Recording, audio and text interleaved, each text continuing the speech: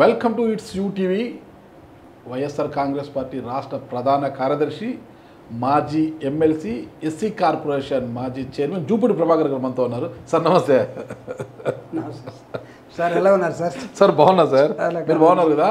ఇప్పుడు నేను చెప్పాను అనమాట మీకు, మాజీ ఎమ్మెల్సీ, ఎస్సీ కార్పొరేషన్ మాజీ చైర్మన్, ఈ రెండు పక్కన పెడితే వైఎస్ఆర్ కాంగ్రెస్ పార్టీ రాష్ట్ర ప్రధాన కార్యదర్శి, మీరు స్టేట్ జనరల్ సెక్రటరీ. సరే, ఓకే. ఇంకా నేను తెలుగులో చెప్పాను, మీ అంత ఇంగ్లీష్ నాకు రాదు కాబట్టి నేను తెలుగులో చెప్పాను. రాష్ట్ర ప్రధాన కార్యదర్శి అంటే ఇలా రాష్ట్ర ప్రధాన కార్యదర్శులు చాలామంది ఉన్నారు మీ పార్టీలో. ఇంకా కార్యదర్శులకి లెక్కలేదు, లేని పోస్ట్ని క్రియేట్ చేసి అడ్మినిస్ట్రేషన్, పొలిటికల్ అడ్మినిస్ట్రేషన్ హెడ్ అని కూడా ఒక పోస్ట్ని క్రియేట్ చేసి పెట్టిన పార్టీ, ఏకైక పార్టీ కూడా మీద నిలిచిపోతుంది భవిష్యత్తులో. అంత పెద్ద గనులు ఉన్నారు మీ పార్టీలో మొత్తం. దాని పదవులు తీసుకుంటే చాంతాడంత ఉంది. లిఖా 10 పేజీ లిఖా, ఆయా 2 మార్కా అన్నట్టుగా చాంతాడంత పదవులు ఉన్నా కూడా పనితీరు మాత్రము నామమాత్రం కూడా కనిపించడం లేదు మీ పార్టీలో ఇటీవల. ఏమైంది సార్ మీ పార్టీకి? ఏమైనా జబ్బు చేసిందా సార్? మా పార్టీ మీద మీకు ఏమైనా కోపం ఉందా? కోపం ఏమి లేదు సార్, ఉన్న వాస్తవాన్ని అడుగుతున్నాను. అసలు వైఎస్ఆర్ కాంగ్రెస్ పార్టీలో ఇటీవల కాలంలో వారానికి 2 లెటర్లు బయటకు వస్తున్నాయన్నమాట పార్టీ అధినాయకుని పేరుతో. జగన్మోహన్ రెడ్డి గారి ఆదేశాల మేరకు వీళ్ళకి ఈ పదవులు. అంటే ఇప్పుడు ఏంటి, జోనల్ వారీగా, రీజనల్ వారిలో కూడా పదవులు ఇచ్చేస్తున్నారు ఒక్కొక్కరికి. ఎట్లా పడితే అట్లా పదవులు ఇచ్చేస్తున్నారు. పని చేసేవారెవరు సార్? రాష్ట్రంలో వైఎస్ఆర్ కాంగ్రెస్ పార్టీ ఓడించబడిన తర్వాత కారణాలు వేరువేరుగా ఉన్నాయి. అంటే ఓడిపోయామని చెప్పలేక మనసొప్పుగా నేను ఎందుకు చెప్తున్నానంటే, ఓడించబడ్డాం. ఓకే, అది కూటమితోట, లేకపోతే ఈవీఎం మిషన్లతోట, లేకపోతే ప్రజలకు నచ్చలేదు, ఓడించారులేండి. అది ఓడించబడ్డ తర్వాత పార్టీ నిర్మాణం ప్రధానంగా ఈ రాష్ట్రంలో ఉండాలి వైఎస్ఆర్ కాంగ్రెస్ పార్టీ కానీ ఒక బలమైనటువంటి అంశాన్ని జగన్మోహన్ రెడ్డి గారు గుర్తించడం జరిగింది. సో దాని క్రమంలో భాగమే మీరు అన్నట్టుగా జోనల్ సెక్రటరీల దగ్గర నుంచి స్టేట్ సెక్రటరీల దాకా, లేకపోతే రకరకాల గ్రామ కమిటీల దాకా, లైక్ డిఎంకే పార్టీ లాగా ప్రతి గ్రామంలో కూడా వైఎస్ఆర్ కాంగ్రెస్ పార్టీ ఆఫీసు ఉండే విధంగా ఒక ప్లాన్ జరుగుతుంది. ఓకే, అంటే గ్రామం నుంచి, మండలం నుంచి, డివిజన్ నుంచి, జిల్లా నుంచి, రాష్ట్రం నుంచి, అంటే రాష్ట్ర అనుబంధ సంఘాలు ఎలా ఉంటాయో జిల్లాలో కూడా గ్రామం దాకా అనుబంధ సంఘాలతోటి ఈరోజు పార్టీ నిర్మాణం జరుగుతూ ఉంది. చిన్న కంట్లు దీంట్లో చెప్తాను సార్ నేను. రూట్స్ అంటే వేర్లని భూమిలోకి పెడతాం మనం. ఒక మొక్కను తెచ్చి పాదు తీసి ఇట్లా గొయ్యి ఒక మొక్క అంటే వేర్లని ఫస్ట్ మనం పెడతాం. పెట్టేసి వదిలేస్తే ఆ మొక్క ఎదుగుతూ వృక్షం అవుతుందా? అంటే మీకు మీ ప్రశ్న నాకు తెలిసి చాలా లోతైనటువంటి ప్రశ్న. నీళ్లు పోయాలి, దానికి పాలు చేసి పెట్టాలి, అన్నీ పోయాలి కదా. మరి నీళ్లు పోసేవాడు నారు పోసాడు, నారు పోసినాక నీళ్లు పోయడం లేదే. నీళ్లు పోయకపోతే భూమిలోకి వెళ్ళిన విత్తు ఎలా మొక్క అవుతుంది, అది ఎలా మహావృక్షం అవుతుంది, మహావృక్షమై 10 మందికి పళ్ళు పలహారాలు నీడనిస్తుంది, ఒక ఆక్సిజన్లో పని చేయాలి కదా. మరి ఎక్కడ నేను నారు పోసేసాను, విత్తు రాలేదంటే ఎట్లా? నీళ్లు పోయి ఫస్ట్ నారేమో పోసేస్తున్నారు, విచ్చలు విడిగా చల్లుతున్నారు కదా భూమి మీదకి, కానీ ఆ విత్తు మొలకై భూమిలోంచి రావడం లేదు. ఎందుకు? ఎలా జరుగుతుంది సార్? ఇప్పుడు మీరు ముఠా మేస్త్రీల టైపులో ముఠా మేస్త్రీలు ఎక్కువ అయిపోయారు మీ దగ్గర, కూలీ చేసే వాళ్ళు అంటే బస్తాలు మోసే వాళ్ళు తక్కువ అయిపోయారు మీ దగ్గర. అంటే మేము ఇప్పుడు నిర్మాణంలో ఉన్నప్పుడు ఆ నిర్మాణం ఫలితాలు అనేవి కూడా వెంటనే కూడా రావు. 2010లో పార్టీ ఆవిర్భావం అయింది సార్, మీకు ఇంకా నిర్మాణం అయింది సార్. మరి మీరు కూడా సీనియర్లీలా మాట్లాడతారేంటి? 2010, 2025 15 సంవత్సరాలు అయింది. ఇంకా ఇంత కాలాతీతమైనా కూడా ఇంకా నిర్మాణం అంటే ఇంకా ఏంటి? ఒకసారి రాష్ట్ర ముఖ్యమంత్రిగా, ఒకసారి అధికారంలోకి వచ్చిన పార్టీ మీది నిర్మాణం లేకుండానే రాష్ట్రంలో అధికారంలోకి వచ్చిందా మీ పార్టీ? క్యాడర్ లేకోకుండానే మీ పార్టీ అధికారంలోకి వచ్చిందా? ఆ రోజు పనిచేసిన క్యాడరు, ఆ రోజు ఉన్న నిర్మాణం ఈ రోజు ఎందుకు లేదు? ఏమైపోయింది సార్? ఇవన్నీ మీరు అన్న ఈ ప్రశ్నలన్నీ కూడా మేము సమాధానం చెప్పాలి, ప్రజలు అడగాలి. మీలాంటి వాళ్ళు మమ్మల్ని గుచ్చి అడుగుతూ ఉంటారు. కొన్నిసార్లు అంటే అంత ఫోకల్గా నిర్మాణం జరిగినప్పుడు ఆ ఫోకస్ని ఇప్పుడు తీసుకొని గ్రామ కమిటీల దాకా వెళ్తున్నటువంటి వాతావరణం. సో మీరు భావించినట్టుగా చాలాసార్లు చాలామంది కార్యకర్తలు బాధపడలేదా, లేకపోతే వాళ్ళు సరైనటువంటి పని విధానం లేకపోయిందా, లేకపోతే ఎందుకు మీరు విత్తనం వేసి వదిలేశారు నీళ్లు పోయకుండా, లేకపోతే నారేసి వదిలేశారు దానికి నీళ్లు పోయకుండా అన్న ప్రశ్నలు అలా వదిలేటువంటి ఏమీ లేదు. ఎందుకంటే జగన్మోహన్ రెడ్డి గారు కమిటీ నిర్మాణం తర్వాత, అంటే గ్రామ కమిటీల దాకా ఒక డిసెంబర్ దాకా, నవంబర్ ఎండింగ్ దాకా టైం ఇవ్వడం జరిగింది. తర్వాత ప్రతి వాడిని పనిలో పెట్టే ఒక నిర్దేశవంతమైనటువంటి కార్యక్రమాన్ని కూడా జగన్మోహన్ రెడ్డి గారు చెప్పడం జరిగింది. అది కార్యాచరణలోకి వస్తుంది. అయితే ఎందుకు మీరు మధ్యలో వదిలేస్తున్నారు, ఎందుకు మీరు సరైనటువంటి అంటే 2009 నుంచి 10 నుంచి జరిగినటువంటి నిర్మాణం ఇవన్నీ కూడా ఎక్కడికి వెళ్ళినాయి అనే ప్రశ్న మీలాంటి సీనియర్ జర్నలిస్టులు అడిగినప్పుడు కొన్నిసార్లు రాజకీయ పార్టీల్లో నిర్మాణం జరుగుతున్నప్పటికి కూడా ప్రజల అభిమానం ఎక్కువైనప్పుడు, మేము ఇంకొక విధంగా ఆలోచించినప్పుడు కొన్నిసార్లు నిర్మాణ లోపాలు ఉంటాయి. ఆ నిర్మాణ లోపాలన్నీ ఇప్పుడు సరిదిద్దుకుంటా ఉన్నాం. ఎస్ యాజ్ యు సెడ్ 2011 నుంచి ఇప్పుడు దాకా మీ పార్టీ నిర్మాణం లేకుండానే ఒకసారి గెలిచారా? గెలిచిన తర్వాత మీరు ఏం చేశారు? ఎటుపోయింది మీ పార్టీ? మొట్టమొదటి రాజశేఖర రెడ్డి గారి అభిమానులందరూ ఎటుపోయారు? లేకపోతే జగన్మోహన్ రెడ్డి గారి మీద సింపతితోటి ఎత్తుక్కుంటూ వచ్చినటువంటి నాయకులందరూ ఎక్కడికి వెళ్ళారు అనే ప్రశ్న మీరు వేసినప్పుడు ఖచ్చితంగా వాళ్ళందరినీ పోలరైజ్ చేసుకొని క్రోడీకరించుకొని మెయిన్ స్ట్రీమ్లోకి తీసుకొచ్చే బాధ్యత కూడా జగన్మోహన్ రెడ్డి గారు తీసుకుంటారు. సో రాజకీయ పార్టీ 10 సంవత్సరాలుగా మీరు ఇట్లానే ఎందుకున్నారంటే కొన్నిసార్లు కార్యకర్తలు లేకపోయినా రాజకీయ పార్టీలు గెలుస్తాయి. కార్యకర్తలను తర్వాత తయారు చేసుకోవాల్సిన అవసరం ఉంటుంది. ప్రధానంగా రీజనల్ పార్టీస్లు ఇవన్నీ జరుగుతాయి. ఎందుకంటే భారత రాజ్యాంగ వ్యవస్థలో ఎలక్షన్ కమిషన్ దగ్గర రిజిస్టర్ అయినటువంటి కొన్ని వందల పార్టీలని చూసినప్పుడు దానిలో ఒక 4-5 నేషనల్ పార్టీలు, ఒక 4-2-3 ఒక రీజనల్ పార్టీసు నిర్మాణయుతంగా ఎదుగుతున్నటువంటి అంశం గారు. For example Trinamool Congress and Shiv Sena regional parties and DMK and YSR Congress party మీరు అన్నట్టుగా నిర్మాణంలో టీఆర్ఎస్ అంత నిర్మాణం ఉన్నప్పటికీ కూడా అంత పెద్ద నాయకత్వం ఉన్నప్పుడు కూడా 10 సంవత్సరాల తర్వాత ఓడిపోయారు. అయితే మీరు ఎందుకు 5 సంవత్సరాల తర్వాతే ఓడిపోయారంటే కొన్ని మాలో లోపాలు కూడా ఉండొచ్చు. లేకపోతే మేము అంత నిర్మాణయుతంగా అన్నీ చేసినప్పుడు కూడా కనబడి జనాలు రికగ్నైజ్ చేసి ఉండకపోవచ్చు. జరిగిన తప్పులు సరిదిద్దుకోలేకపోతున్నారు. 10 మందిని అక్కును చేర్చుకొని 10 మందితో డిస్కస్ చేయాలి. అవన్నీ ఆలోచన పక్కన పెట్టి ఏదో లక్షలు కోట్లు పోగొట్టుకున్నట్టుగా పార్టీ కేంద్ర కార్యాలయంలో చేసే సిబ్బందిని తగ్గించేస్తున్నారంట. అంటే కాస్ట్ కటింగ్, ఏదో కంపెనీలలోనో ఎక్కడైనా వ్యాపారాలు తగ్గిపోయి బిజినెస్ లేదని కాస్ట్ కటింగులు చేస్తుంటారు, ఎంప్లాయీస్ని తీసేస్తుంటారు అన్నమాట. ఓకేనా? అలాంటిది పార్టీ ఆఫీస్లో టీ అందించేవారు, కాఫీ అందించేవారు 10 మంది ఉంటారు. ఆ 10 మందిలో 5 మందిని పీకేయడము, ఆడుండే ఆఫీస్ సబార్డినేట్ 5 మంది, దానివల్ల ఏమైనా పార్టీకి ఏమైనా లాసా మీకు? ఎందుకు అలాంటి చర్యలు తీసుకోవాలి? అసలు ఎవరి నిర్ణయాలు ఇవన్నీ కూడా? అసలు పార్టీ అధినాయకుడికి తెలిసే ఇవన్నీ జరుగుతున్నాయా లేకపోతే ఏంటి? అసలుకి పార్టీ ఈరోజు బలంగా ఉండాలంటే మీ చుట్టూ 10 మంది ఉండాలి. మరి ఇవన్నీ జరగకుండా పార్టీలో ఉండే స్టాఫ్ను తగ్గించుకోవడము, కాస్ట్ కటింగులు చేయడము, ఎవరి మెప్పు పొందడానికి ఎవరు చేస్తున్నారు ఇవన్నీ? అసలు చాలా లోతైన ప్రశ్న ఇది. నాకు తెలిసి ఇది నేను కూడా విన్నాను కానీ మనసు పెట్టలేదు. అంటే మీరు దాన్ని గమనించి గుచ్చి అడుగుతున్నారు కాబట్టి ఖచ్చితంగా ఇది నేను అంటే జగనన్నకి తెలిసి జరుగుతుందా తెలియకుండా జరుగుతుందా, లేకపోతే తెలియకుండా జరిగే అవకాశాలు ఎంత తక్కువ ఉంటాయి నాకు తెలిసి. ఒకవేళ తెలిసినా మాట్లాడుకొని చేసినా పేదవాడి మీద పగబెట్టినట్టుగా, అంతే కదా. లేకపోతే మొట్టమొదటి నుంచి పార్టీని నమ్ముకొని పార్టీ కోసం పనిచేస్తున్నటువంటి కొంతమందిని కాస్ట్ కటింగ్ పేరుతోటో లేకపోతే ఎక్సెస్ ఎంప్లాయీస్ పేరుతోటో ఇది అంటే పార్టీ ఖచ్చితంగా ఆలోచిస్తుంది. ఎందుకంటే ఎంతమంది అవసరం అవుతారు, ఎంతమంది అవసరం లేదు, ఎంత శాలరీ ఇవ్వాలి, ఇవన్నీ ఉంటాయి. కానీ మీరు అన్నట్టుగా పక్క మనిషి నమ్ముకొని వచ్చినవాడు బాధపడే విధంగా చేస్తుంటే ఖచ్చితంగా నేను అన్న దృష్టికి తీసుకెళ్తాను. పార్టీ అధికారంలో ఉన్నప్పుడు కారు డ్రైవర్లను వాళ్ళ దగ్గర చంపి డోర్ డెలివరీ చేసిన వారిపై ఎలాంటి చర్యలు తీసుకోకుండా అతి పెద్ద మనసు చేసుకుని గొప్ప మనసు చేసుకొని పార్టీలోనే వాళ్ళని తిప్పుకుండే అంత గొప్ప మనసున్న పార్టీ మీద అట్లాంటి నాయకులు ఉన్నారు. అంత గొప్ప మనసున్న నాయకులు చిన్నపాటి 10,000, 15,000, 20,000 జీతాలు ఉంటాయి వాళ్ళకు, పేదవారు వచ్చి పనిచేసుకుంటే వారిపైన కక్ష సాధింపులు ఏంటి? వాళ్ళని తీసేయడం ఏంటి? అలాంటి వారిని కదా మీరు దూరం పెట్టాలి. అలాంటి వారు వచ్చి మళ్ళా శాసనసభలోకి వచ్చి ప్రజాస్వామ్యం వర్ధిల్లాలని ప్రకారాలు పడుతుంటే వాళ్ళని వెనకేసులు తిరుగుకునే పార్టీ మీరు. ఆఫీస్లో పనిచేసే చిన్న ఉద్యోగస్తులు తీస్తే ఏమవుతుంది? వాళ్ళని అట్లాంటి వాళ్ళని దూరం పెడితే, చంపి డోర్ డెలివరీ చేసే వాళ్ళని దూరం పెడితే మీ పార్టీ బాగుపడుతుంది. 10 మంది మెప్పు కోరుకుంటారు, మీ పార్టీ కూడా మేలు కోరుకుంటారు కదా. అదేలే, మీరు మా పార్టీ శ్రేయస్సు దృష్ట్యా మాట్లాడుతూ ఉన్నారు అంతే. ఎవరైతే నష్టం చేశారో, ఎవరైతే అధికారాన్ని అనుభవించారో అలాంటి వాళ్ళని దూరం పెట్టకుండా పార్టీ కోసం నిరంతరం మీ కోసం అభిమానంగా ఉన్నటువంటి వాళ్ళని దూరం పెడతారు. సార్ ఇది నేను ఖచ్చితంగా మాట్లాడతాను సార్. అనుకోండి ఈ విషయం మనం పక్కన పెడతాం సార్. చాలా సీరియస్గా కంపేర్ చేశారు. డోర్ డెలివరీ చేసినటువంటి వాళ్ళు, బాగా పెద్ద డబ్బులు ఉన్నటువంటి వాళ్ళు అసెంబ్లీలో వచ్చి మాట్లాడారు సార్. ఏం జిందాబాద్ అన్నారు వాళ్ళు? అంటే ఆయన మండలిలో ఉంటాడు.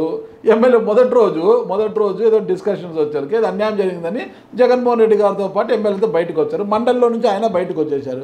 వచ్చి అడుగుతూ ఫ్లకార్డులు పట్టుకొని ప్రజాస్వామ్యం బాధ్యతలు, ప్రజాస్వామ్యం కూనీ అవుతుంది. అరే కూనీ చేసిందే నువ్వు భయ్ అంటున్నారు అందరూ కూడా. నువ్వు కూనీ చేసి డోర్ డెలివరీ చేసి నువ్వు ప్రజాస్వామ్యం వర్దిల్లాలి, ప్రజాస్వామ్యం కూనీ అంటే ఏమి రానైనా ఏం కర్మ పట్టిందిరా మన ప్రజాస్వామ్యానికి అందరూ నవ్వుకుంటారు, ప్రజాస్వామ్యవాదులంతా నవ్వుకుంటున్నారు.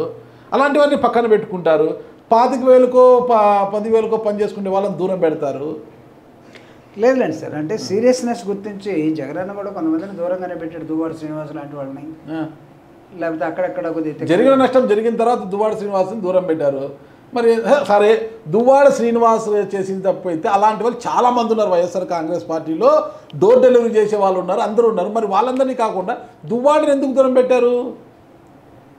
సో అంటే 1 after 1 వస్తారేమోనండి సార్. అంటే అందరూ ఒకేసారి చేయలేరు కదా, 1 after 1 రావచ్చు, చూద్దాం. అధినాయకుడు అది మీ మనసులో ఏముందో. సరే సార్, ఇంకా ఈ విషయం పక్కన పెడితే మెయిన్ కథలే కోసం సార్, మెడికల్ కళాశాల పీపీపీ విధానంలో మెడికల్ కళాశాలను పీపీ విధానంలో నిర్మిస్తామని చెప్పారు. మీ హయాంలో సగం కూడా నిర్మించలేదు, ఉన్న డబ్బులన్నీ వేస్ట్ చేశారు అనే దాంట్లో. పీపీపీ విధానం సంబంధించి మీరు పూర్తి వ్యతిరేకత అన్నారు, ఉద్యమాలు అన్నారు, ఇంకోటి అన్నారు, కోటి సంతకాలు అది ఎంతవరకు వచ్చిందో తెలియదు. కానీ మనకు కూటమి ప్రభుత్వం అయితే ఒక స్టాండ్ తీసుకుంది దాని మీద, పీపీ విధానం గురించి, దాని గురించి ఒక వైద్య కళాశాల గురించి ఒక స్టాండ్ తీసుకుంది. అయినా మీరు ఇంకా మాట్లాడుతూనే ఉన్నారు. అసలు దీనివల్ల వచ్చే లాభం ఏంటి? మీరు చేసిన కార్యాచరణ ఏంటి ఈ అంశంలో? సార్ అంటే foremost fundamental duty of any government అధికారంలో ఉన్నప్పుడు ప్రజల ఆరోగ్యాన్ని ప్రభుత్వమే దగ్గరుండి చూసి రక్షించాల్సిన అవసరం. అవును. అలాంటి బాధ్యతని జగన్మోహన్ రెడ్డి గారు గుర్తించి గవర్నమెంట్ హాస్పిటల్స్తో పాటు గవర్నమెంట్ ప్రభుత్వ కళాశాలలను కూడా నిర్మించడం జరిగింది. అంటే ఒక కాలేజీ ఉంటే ఆ కాలేజీకి జిల్లా సెంటర్గా చేసుకొని జిల్లాలో ఉన్నటువంటి రిమ్స్ హాస్పిటల్స్ కానీ, లేకపోతే మండలాల్లో ఉన్నటువంటి పబ్లిక్ హెల్త్ హాస్పిటల్ యూనిట్స్ కానీ, ఇవన్నీ కూడా ఒక క్లస్టర్గా వచ్చేసి కాలేజీ దగ్గర ఉంటాయి. సో కొన్ని వేల మంది డాక్టర్స్, కొన్ని వేల మంది నర్సులు, వీళ్ళందరూ కూడా ఎస్టాబ్లిష్మెంటు ప్రజలకి ఇమ్మీడియట్గా ఆరోగ్యాన్ని ఇవ్వడం కోసం ఉంటుంది. ఇది జగన్మోహన్ రెడ్డి గారు 17 ఇంజనీరింగ్ మెడికల్ కాలేజీలను తెచ్చినప్పుడు కానీ, అందులో ఒక 7 కంప్లీట్ చేసి రాష్ట్రానికి ఇచ్చినప్పుడు, ఇంకో 10 పెండింగ్లో ఉన్నప్పుడు మారినటువంటి ప్రభుత్వం వీటి మొత్తాన్ని మీరు చెప్పినట్టుగా పీపీపీ మోడల్కి ఇవ్వడం జరిగింది. అంటే పీపీపీ మోడల్ అంటే it is nothing but privatization. దానిలో అంటే పబ్లిక్ ప్రైవేటు పార్ట్నర్షిప్ ఇలాంటి పెద్దగా ఏమి ఉండవండి. ప్రభుత్వమే చేతులు ఎత్తేసి ప్రైవేటుడికి ఇస్తుంది.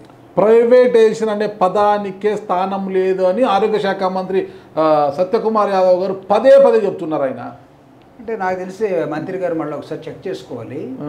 పీపీపీ మోడల్ అంటేనే ప్రైవేటైజేషన్. ఇది చిన్నపిల్లోడిని అడిగినా చెప్తారు.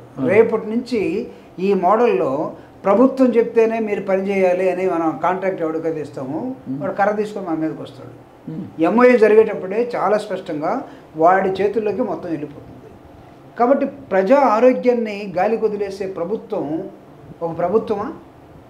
ప్రభుత్వ కళాశాలని, ప్రభుత్వ హాస్పిటల్స్ని నడపలేనటువంటి ప్రభుత్వం ఇప్పుడు ఈ రాష్ట్రానికి అవసరమా అని ప్రజలు భావిస్తున్న నేపథ్యంలో YSR Congress party took a stand.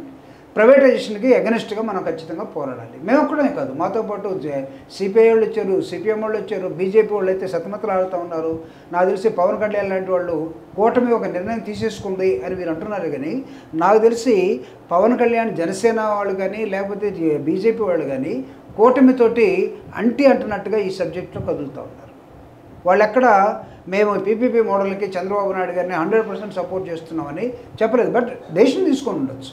సరే, మీరు వాళ్ళు జనసేన, బీజేపీ, టీడీపీతో ఎంత గ్యాప్లో ఈ అంశంలో ఉన్నాయని పక్కన పెట్టినా, మీ అంటే సిపిఐ, సిపిఎం, జైబీ పార్టీ ఇలా 10 పార్టీలు మా వెంట వస్తున్నాయని చెప్తున్నారు. వాళ్ళు ఎంత అటాచ్మెంట్లోకి వచ్చినా కూడా ఒరిగేది ఏముంది? వాళ్ళ బలం ఎంత?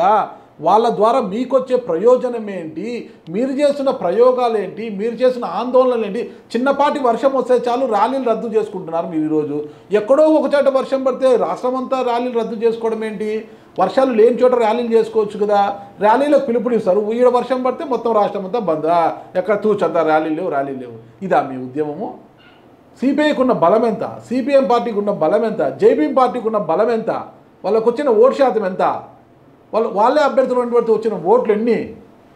మరి వీళ్ళతో కలిసి మీరేం సాధిస్తారు? అంటే వైఎస్ఆర్ కాంగ్రెస్ పార్టీ వాళ్ళందరినీ చూసి వాళ్ళ బలం ఎక్కువ ఉందని లేదా మా బలం తక్కువ ఉందని కాదు. అంటే మేము తీసుకున్నటువంటి స్లోగన్కి రాజకీయ పార్టీగా ఏర్పడినటువంటి ప్రతి వాళ్ళు కూడా మా స్లోగన్ని బలపరుస్తున్నారు కదా అని మీకు చెప్పడం. అంతేగాని వాళ్ళ వెనకాల మేము పోతామని, వాళ్ళకున్నటువంటి కెపాసిటీస్ ఎంత, వాళ్ళకున్న యంత్రాంగం ఎంత, వాళ్ళకున్న మెంబర్షిప్ ఎంత, వాళ్ళ నిర్మాణం ఏంటి, ఇవన్నీ వైఎస్ఆర్ కాంగ్రెస్ పార్టీ వెనకాల ప్రజాస్వామికవాదులుగా వాళ్ళు కూడా ర్యాలీ అవుతున్న నేపథ్యాన్ని మీ దృష్టి తీసుకొస్తా ఉన్నారు. గతంలో వాళ్ళు వాళ్ళ అవసరాల కోసము టీడీపీతో తోక పార్టీలుగా అంటగాగారు.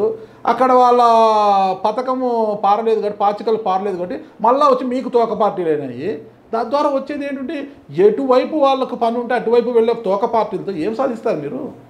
అంటే ఇది నాకు తెలిసి మేము వాళ్ళతో కలిసిపోతామనో లేదా ఎన్నికల్లో వాళ్ళు మేము కలిసి పోరాడతామనో సీట్లు పంచుకుంటాం ఇది కాదు కదా సార్. ప్రజా సమస్యల మీద కలిసి వచ్చే ప్రతి వాడిని కలుపుకొని పోవటం అనేది మా దృక్పథం, మా ఆలోచన విధానం. ఎలాగో తెలుగుదేశం మెయిన్ పార్టీగా ఉన్నది కలిసి రాదు, బీజేపీ మెయిన్ పార్టీగా లేదు, జనసేన రాదు, వాళ్ళు ముగ్గురు కూటమిగా ఉన్నారు. మిగతా రాష్ట్రంలో ఉన్నటువంటి రాజకీయ పార్టీలు మాతో వస్తామంటే మాకు అబ్జెక్షన్ ఎందుకు ఉండాలి? ప్రజల కోసమే కదా.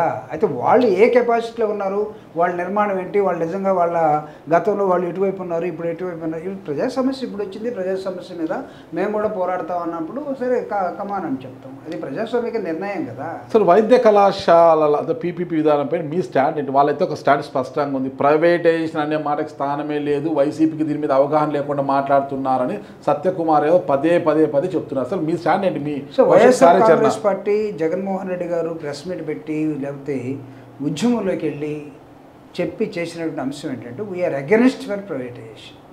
కానీ వాళ్ళు ఒకళ్ళు మొండిగా పేపర్ల మీద చేసినా సరే ఆ ప్రైవేటైజేషన్ ఎంచుకొని డబ్బులు ఇచ్చి వచ్చినటువంటి కాంట్రాక్టర్ను కూడా నిలబెడతాము అని జగన్మోహన్ రెడ్డి గారు చెప్పడం జరిగింది. That is our stand. అదే కాదు, ఈ రాష్ట్రంలో ఉన్నటువంటి ప్రతి ఉద్యమకారుడిని, ప్రతి మనిషిని ప్రైవేటైజేషన్కి వ్యతిరేకంగా కదిలించి ప్రైవేటైజేషన్ ఆపుతాం. అది వైఎస్ఆర్ కాంగ్రెస్ పార్టీ స్టాండ్. ఒక ప్రజా ఉద్యమాన్ని నిర్మించే క్రమంలో ఈ ప్రైవేటైజేషన్కి వ్యతిరేకంగా 1 కోటి సంతకాల సేకరణ కూడా వైఎస్ఆర్ కాంగ్రెస్ పార్టీ చేపట్టింది. అది YSR Congress party stand. So కాబట్టి మమ్మల్ని ఎవరిని లెక్క చేయకుండా, ప్రజల్ని లెక్క చేయకుండా కూటమి ప్రభుత్వం బుల్డోజ్ చేసుకొని పోతుంది అనుకుంటే I think the day will come. ఆ రోజు ఖచ్చితంగా వాళ్ళందరినీ అక్కడ ఆపుతాం. మా ప్రభుత్వం వచ్చినప్పుడు ఎవడైతే కాంట్రాక్టర్గా వచ్చాడో వాడిని మొత్తం స్క్రూటినీ చేస్తామని కూడా జగన్మోహన్ రెడ్డి గారు చెప్పారు. ప్రభుత్వం గుడ్డిగా పోతూ ఉంటే ప్రజా వైద్యానికి ప్రజలు చేయాల్సినటువంటి ఆరోగ్య అంశాలకి దూరంగా ప్రభుత్వం వెళ్ళిపోతూ ఉంటే ఆ ప్రభుత్వాన్ని మెడల వంచి తీసుకొచ్చి కూర్చోబెట్టి ప్రభుత్వంతో పని చేయించే పోరాట మార్గాన్ని జగన్మోహన్ రెడ్డి గారు వైఎస్ఆర్ కాంగ్రెస్ పార్టీ తీసుకుంది. సో మాకు దీనిలో ఎలాంటి భేదాభిప్రాయం కానీ లేకపోతే ఇంకొక అంశానికి అవకాశం కూడా లేదు. చాలా స్ట్రిక్ట్గా ప్రైవేటైజేషన్ జరగకుండా ప్రభుత్వ ఆసుపత్రులని, ప్రభుత్వ కళాశాలని తిరిగి మళ్ళీ ప్రజలకి ఈ రాష్ట్రానికి అంకితం చేసే మార్గంలోనే పోరాటాన్ని ఉంచుకున్నాం. ఎలా చేస్తారు సార్? మేము ఇప్పటిదాకా జరిగినటువంటి రాష్ట్రంలో జరిగిన ప్రజా ఆందోళన, తెలుగుదేశం పార్టీ ఇచ్చినటువంటి జీవో కానీ చేస్తున్న పీపీపీ మోడల్ కానీ ఈ రోజుకి లైవ్లోకి రాలేదు. ఇంకా ప్రజలను కదిలిస్తాం, మేధావులను కదిలిస్తాం, ఉద్యమకారులను కదిలిస్తాం, కలిసి వచ్చే మిగతా రాజకీయ పార్టీలు కలుసుకుంటాం. ఒక ప్రజాభిప్రాయం కోసం 1 కోటి సంతకాల సేకరణ కూడా ఉద్యమ రూపంలో మేము తయారు చేస్తున్నాం. అఫ్కోర్స్ మీరు అన్నట్టుగా కొన్ని అంశాల్లో కొన్నిసార్లు అక్కడక్కడ మేము పోస్ట్పోన్ చేసుకొని ఉండొచ్చు, లేకపోతే కొంతమంది లెక్కలేదు అనుకున్న జనాలను కూడా మేము కలుపుకోవడానికి ప్రయత్నం చేసే క్రమంలో కలుపుకోవడం, ఇవన్నీ చేసే దృష్టిలో మా పోరాట పంథాన్ని స్పష్టంగా ప్రజల ముందు పెట్టాం. ప్రైవేటైజేషన్కి ప్రభుత్వ ఆసుపత్రులని ప్రభుత్వమే నడపాలి, ప్రభుత్వ కళాశాలని ప్రభుత్వమే నడపాలి, వైద్య కళాశాలని. ఉద్యమం అంటే విడతల వారీగా బ్రేక్ తీసుకొని 15 రోజులకు ఒకసారి 15 రోజులు ఒక రోజు ఉద్యమం చేసి 15 రోజులు బ్రేక్ తీసుకొని మళ్ళీ ప్రజలు మర్చిపోతున్నారు అనుకున్న మళ్ళీ 15 రోజులకు వచ్చి చేయడానికి ఉద్యమం అంటారా? ప్రజలకు అవసరమైన అంశం పైన ఒకసారి పోరాటం చేస్తే సుదీర్ఘంగా ప్రజల్లోనే ఉంటూ చేసే దాన్ని ఉద్యమం అంటారా? సార్ ఇప్పుడు ప్రజా ఉద్యమాలు అనేక రకాలుగా ఉంటాయి సార్. ప్రజా ఉద్యమ నేపథ్యాన్ని బట్టి, అవసరాన్ని బట్టి, లేకపోతే ఒక పార్టీ ఇచ్చే పిలుపుని బట్టి అందుకునే ప్రజల ఆలోచన విధానం ఎలా ఉందో కూడా ఏ పూటకు ఆ పూట బేరీ చేసుకుంటూ మేము ఉద్యమంలోకి వెళ్తూ ఉంటాం. మీరు అన్నట్టుగా నిరంతరంగా ఒక ఉద్యమాన్ని 4 రోజులు నడపచ్చు కదా. బ్రేకులు ఇవ్వటం ఏంటి? బ్రేక్ ఇస్తే మాకొచ్చే అనుభవం, మాకొచ్చే కలిసి వచ్చే మార్గాలు కొన్ని ఉన్నాయని భావిస్తూ ఉన్నాం. అందులో ఈరోజు ఉద్యమం తన రూపాన్ని మార్చుకొని బయటకు వస్తున్న నేపథ్యం. మొత్తం ఉద్యమం అంటే ప్రజలు మొత్తం రోడ్డు మీదకి వచ్చే కాలం పోయి, ధర్నాలు చేసే కాలం పోయి, వాట్సాప్లో సోషల్ మీడియా వచ్చేసింది. అనేకమైన అంశాల్లో ప్రజల ఆలోచన విధానం మారిపోయింది. కాబట్టి దాన్ని కూడా ఒక ఎత్తుగడగా తీసుకొని మా పోరాట రూపాలను కూడా మార్చుకుంటూ ముందుకెళ్తా ఉన్నాం. వైద్య కళాశాలలు పీపీపీ విధానాన్ని మీరు పొలిటికల్ మైలేజ్గా మలుచుకుంటున్నది. ఎక్కడైనా ప్రజలు స్వతంత్రంగా బయటికి వచ్చి పీపీపీ విధానం ద్వారా 2004 ముందున్న పరిస్థితి ప్రభుత్వ ఆసుపత్రులలో ప్రభుత్వ వైద్య కళాశాలలో వస్తాయి, ఆ పరిస్థితి మాకొద్దు, ఓకేనా అనే విధంగా ఎక్కడైనా ప్రజలు స్వచ్ఛందంగా బయటికి వచ్చారా? ఈ పీపీ విధానం రద్దు చేయండి అని ఎక్కడైనా ప్రజలు స్వచ్ఛందంగా వచ్చి ఉద్యమాలకు దిగారా? మీ అంతకు మీరు అత్యుత్సాహం ప్రదర్శించి ఈ విధానం మాకొద్దు అని మీ పొలిటికల్ మైలేజ్ కోసం చేస్తున్నారు కదా, మరి మీ ఉద్యమాన్ని ప్రజా ఉద్యమంగా ఎందుకు మార్చుకోలేకపోతున్నారు? సార్ ఎందుకు మా మీద మీకు చాలా కోపం ఉన్నట్టుంది. కోపం కాదు సార్, అడుగుతున్నాను సార్. సార్ మేము ఫస్ట్ మా రాజకీయ పార్టీ మా కోసం పెట్టుకోలేము, మేము ప్రజల కోసమే పెట్టాం. ఇది ఎన్డీఏ కూటమి ఇప్పుడు ఉన్నటువంటి కూటమి ప్రభుత్వం తీసుకున్న ప్రజా వ్యతిరేకమైన ఒక నిర్ణయాన్ని వైఎస్ఆర్ కాంగ్రెస్ పార్టీ ప్రతిపక్ష పార్టీగా ప్రజల కోసమే ఈ పోరాటాన్ని మార్గాన్ని ఎంచుకున్నది. ప్రజల భాగస్వామ్యంతో ప్రజలు కోరుకుంటే పోరాటం చేస్తే బాగుంటుంది. ప్రజల చేత ఎన్నుకోబడిన ప్రభుత్వాలన్నీ కూడా ప్రజల చేత తిరస్కరించబడిన పార్టీలు కూడా ఆ ప్రజలు కోరుకుంటే రావాలి. ఏదైనా కూడా ఆ ప్రజలు కోరుకుంటే మీరు వస్తారు, ఆ ప్రజలు తిరస్కరిస్తే మీరు ప్రతిపక్షంలో కూర్చున్నారు. అదే ప్రజలకు అన్యాయం జరిగినప్పుడు మాకు అన్యాయం జరుగుతుంది మమ్మల్ని కాపాడడం ఆ పార్టీ తిరిగి వస్తే బాగుంటుంది. మీ పొలిటికల్ మైలేజ్ ఎందుకు దీన్ని ప్రజా ఉద్యమంగా క్షేత్రస్థాయిలోకి వెళ్ళి ఇప్పుడు గ్రామాలలోకి వెళ్ళి ఒక అవగాహన సదస్సులు పెట్టచ్చు కదా? మీ పార్టీ నాయకులు బోలెడు మంది ఉన్నారు కదా, ప్రధాన కార్యదర్శి చెప్పుకోవడానికే ఎంతమంది చెప్పాలంటే వారానికి 2-3 జాబితాలు వస్తాయి బయటికి, పేపర్ వాళ్ళు రాయలేకపోతున్నారు. వాటిని ఏం చేస్తున్నారు? సజ్జల రామకృష్ణారెడ్డికి తెలీదా? ఆయనే కదా పెద్దపేట జగన్ సార్ తర్వాత ఆయనే కదా ఉండే, జగన్మోహన్ రెడ్డి కదా ఆయనే కదా ఆ స్థానం ఉండేది. ఆయనకు తెలియదా ఎవరెవరు ఎక్కడెక్కడ ఏమేం చేస్తున్నారు? సరే జిల్లాల వారీగా గ్రామాలకు వెళ్ళి అయ్యా మన జిల్లాకు వచ్చే వైద్య కళాశాల మన ప్రభుత్వంలో ఉండే ప్రభుత్వ ఆసుపత్రి ఇవన్నీ కూడా పీపీపీ విధానం కిందికి తీసుకొస్తున్నారు. వైద్య కళాశాలన్నీ కూడా అది జరిగితే మన పిల్లలకు నష్టం జరుగుతుంది, మన రోగులకు నష్టం జరుగుతుంది, వీటి మీద అవగాహన పెంచుకోండి, మీరు బయటికి రావాలి, మాతో కలవండి అని ఒక అవగాహన తరగతులు ఇవన్నీ పెట్టచ్చు కదా, వాళ్ళకు గ్రామ సభలు పెట్టచ్చు కదా. ఎక్కడ పెడుతున్నారు? అంత సమయం లేదా మీకు? సార్ మేము ఎంచుకున్న పోరాట మార్గాల్లో మీరు అన్నట్టుగా గ్రామ సభల దగ్గర నుంచి రౌండ్ టేబుల్ కాన్ఫరెన్స్ దగ్గర నుంచి తర్వాత జిల్లాలో అనేక రాజకీయ పార్టీలని అనేక వర్గాల ప్రజల్ని కలుపుకొని ఉద్యమాన్ని నిర్మించే క్రమం జరుగుతూ ఉంది. మీరు గమనించారో లేదో చాలా చోట్ల రౌండ్ టేబుల్ కాన్ఫరెన్సెస్ పార్టీ జరుపుతున్నటువంటి నేపథ్యం. పార్టీ మెయిన్ లైన్ ఒకటే కాదు, పార్టీ విభాగాలు కూడా దీనిలో ఇన్వాల్వ్ అయ్యింది. అయితే ఇవన్నీ ప్రజలు లేకుండా మేము చేస్తున్నాము అంటే మేమే పోస్టులు వేసుకొని మేమే మా వరకే మేము కదులుతున్నాం మీ అభిప్రాయమా? ప్రజలకు రౌండ్ టేబుల్ సమావేశం అంటే రౌండ్గా ఉండే టేబుల్ చుట్టూ రౌండ్గా కూర్చొని టీ కాఫీలు తాగి ఇలా చేస్తాం అలా చేస్తామని మాట్లాడుకోవడం తప్పితే చేసింది ఏముంది? మీది నిజంగా ఉద్యమం అయితే ఈరోజు కూటమి ప్రభుత్వము ఉనికిపోవాలి, వాళ్ళ స్టాండ్ని వెనక్కి తీసుకోవాలి. పీపీపీ విధానం వద్దు బాబోయ్, ప్రజల చేత మనం ఎన్నుకోబడ్డాం, అదే ప్రజలు మనం చీత్కరించే పరిస్థితి వచ్చింది, ఈ ప్రజల భాగస్వామ్యం ఎక్కువైపోతుంది, వీరికి వద్దు, దీనికి వెనక్కిపోతామని ఆలోచించాలి. ఒక్క క్షణమైనా కూటమి ప్రభుత్వం ఆలోచించుకునే పరిస్థితి తీసుకొచ్చారు అసలుకి? ఇది మీ వైఫల్యం కదా సార్? మీరు కీన్గా అబ్జర్వ్ చేశారో లేదో జగన్మోహన్ రెడ్డి గారు దీని మీద ప్రెస్ మీట్ పెట్టి పీపీపీ మోడల్లో వచ్చే కాంట్రాక్టర్లు ఎవరో రేపు స్క్రూటినీకి నిలబడాల్సిన అవసరం ఉంది అన్న తర్వాత ఎవరన్నా ముందుకు వచ్చారా? ప్రభుత్వం ఒక అడుగు ముందుకేసిందా? ప్రభుత్వం కూడా తన గంభీరత్వాన్ని ప్రదర్శిస్తుంది తప్పితే ముందుకు వెళ్ళలేని పరిస్థితిని ఈరోజు వైఎస్ఆర్ కాంగ్రెస్ పార్టీ చూపించింది. ఈరోజు కాంట్రాక్టర్లను బెదిరిస్తున్నారు మీరు. ఈరోజు మీరు తీసుకున్నా మేము అధికారంలో కోసం అవన్నీ రద్దు చేస్తామంటే కాంట్రాక్టర్ భయపడుతున్నాడు. అది కాదు కావాల్సింది, ప్రజలు ఆలోచించుకోవాలి. కాంట్రాక్టర్లు మిమ్మల్ని అధికారం తీసుకురారండి, అదే కాంట్రాక్టర్ మళ్ళా కూటమికి మళ్ళా సంచులు తీసుకుపోయిస్తే మళ్ళా నోట్ల కట్టలు పెంచి వాళ్ళు మళ్ళీ అధికారంలోకి వస్తారు. కాంట్రాక్టర్లు మిమ్మల్ని అధికారంలోకి తీసుకురారు. మీరు రాకపోతే నేను బాగుండు. ప్రజలు మిమ్మల్ని మళ్ళీ పట్టం కట్టాలంటే ప్రజల చేత ఉద్యమాన్ని నిర్మించాలి. ఎస్ సార్, మేము ప్రజల కోసం ప్రజలతోటే కదులుతూ ఉన్నాం సార్. వైఎస్ఆర్ కాంగ్రెస్ మీరు ఎందుకు అసలు మీరు చూడలేదా? నర్సీపట్నంలో జగన్మోహన్ రెడ్డి గారు జోరున వానలో కార్యకర్తలేనా వాళ్ళు? జగన్మోహన్ రెడ్డి గారు చూసేకి వచ్చిన కార్యాలయాలు అంతా జగన్మోహన్ రెడ్డి గారు ఫాలోయింగ్ అదంతా కూడా సరే. మీరు ఉద్యమం అన్న రోజే ప్రజలు బయటకు వస్తున్నారు అనుకోండి, మీరు ఉద్యమం రోజే. సాధారణ రోజుల్లో ప్రజలు ఎందుకు ప్రశ్నించడం లేదు? ప్రజల్లో చైతన్యం లేదా? ఆ చైతన్యం ఎందుకు తీసుకురాలేకపోతున్నారు సార్? అంటే ప్రజల్లో చైతన్యం తీసుకురావడం కోసమే ప్రతిపక్ష పార్టీ ఉద్యమ స్వభావాన్ని ఎంచుకొని ముందుకెళ్తా ఉంది. మీరు అన్నట్టుగా ఇంకా వేరే సెక్షన్ ఆఫ్ పీపుల్ని కలుపుకోవాలి. ఎక్కడ ఆగిపోయినాయో, ఎందుకు కలవట్లేదు, మీరు చెప్పేదాన్ని మేము పాజిటివ్గా తీసుకుంటాం. మీకు మీ విమర్శ రాష్ట్ర విభజన నేపథ్యంలో రాష్ట్రం కలిసి ఉండాలని ప్రజా సంఘాలు ప్రజలు స్వచ్ఛందంగా ముందుకొచ్చి వంట వార్పులు చేసుకుంటూ టెంట్లు వేసుకొని నెలల తరబడి ఆడ పోరాటం చేయలేదంటారా? అలాంటి ఉద్యమాలను ఎందుకు నిర్మించలేకపోతున్నారు? రాష్ట్ర విభజన వల్ల ఎంత నష్టమో పీపీపీ వల్ల అంతే నష్టమో అని చెప్పి అలాంటి ఉద్యమాలను సుదీర్ఘంగా కొనసాగే ఉద్యమాలను ఎందుకు చేయలేకపోతున్నారు? చేస్తాం సార్. మీరు చెప్పింది మంచి ఉదాహరణ. అంటే రాష్ట్ర విభజన సమయంలో జరిగినటువంటి అది పెద్ద కల్చరల్ మూమెంట్ సార్. మీరు రోడ్డు మీద ప్రజారోగ్యం కూడా మంచిది. ప్రజారోగ్యం ప్రజలకు చాలా అవసరం. దానితోటి ముడిపెట్టి దీన్ని కూడా మీరు ఎందుకు చూడటం లేదంటే it's a valid question. Definitely మేము ఉద్యమ స్వభావాన్ని ఆ రూపం దాకా తీసుకెళ్ళటం కోసం మేము కూడా ఖచ్చితంగా ప్రయత్నం చేస్తాం. ఆపుతాం, అందుకే దాన్ని ఆపి తీరుతాం, ప్రజలతోటే ఆపుతాం, ప్రజా బలంతో మేము ఆపుతాం. YSR Congress Party just like that మా శ్రేణులతో మేము ఆపుతాం అనట్లేదు. ప్రజా ఉద్యమాన్ని ఖచ్చితంగా నిర్మిస్తాం. మీరు ఇందాక ఒక మాట అన్న మధ్యలో జగన్మోహన్ రెడ్డి గారి తర్వాత అక్కడ కూర్చున్నటువంటి పెద్దలు ఏం చేస్తున్నారు? వాళ్ళు కూడా ఇదే పనిలో ఉన్నారు. వాళ్ళు సజ్జరావు గారు మీరు అన్నట్టుగా ఏం ఖాళీగా కూర్చొని లేకపోతే ఇంకో చేయకపోవటం కాదు. ఆయన కూడా పార్టీ నిర్మాణంలో ఈ నిర్మాణాన్ని పైనుంచి కింద దాకా ఎలా తీసుకెళ్ళాలి, తీసుకెళ్ళిన తర్వాత ఎలా వీళ్ళందరితో ప్రజా సమస్యల మీద ఉద్యమాన్ని నిర్మించాలనే క్రమంలో తలమునకలై ఉన్నారు సార్. వైఎస్ఆర్ కాంగ్రెస్ పార్టీ ఒకవేళ గతంలో ఏమన్నా కొద్దిగా అటు ఇటుగా నిర్మాణం సరిగా లేదేమని ఈరోజు